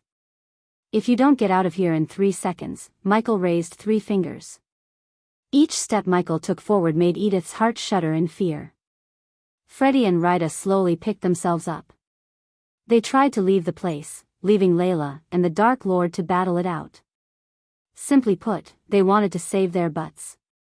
Despite their cultivation level, they did not even think of helping Layla. 1. Michael began the count. 2. Before even Michael could count to 3, a bright light in the shape of a Vina appeared in Layla's hand. Soon, the light faded, revealing the angel's Vina. Ding! A powerful wave of energy shot out of the Vina when she played the strings with her soft fingers. To Michael's shock, the energy wave blasted him onto the wall behind. If it wasn't for the invisible responsive shield that absorbed half of the energy wave's power, he couldn't have landed on his feet. Surprisingly, the energy wave only hit Michael as everything else in the room remained untouched by the energy wave. I thought she couldn't hurt me, Michael questioned the system. She must have found a new way to harm you, host. Michael wanted to strangle the system. It said Layla couldn't harm him anymore back on the treacherous ocean. Now the system had gone back on its way. However, it worked to Michael's advantage. So you've chosen violence, Michael brushed off the dust on his shoulder. The very next moment, Edith saw dark clouds shrouding the Dark Lord. The room grew darker and darker. You're tuning into the Carefree Valley YouTube channel. Don't forget to subscribe and join us on this journey to catch the most captivating stories.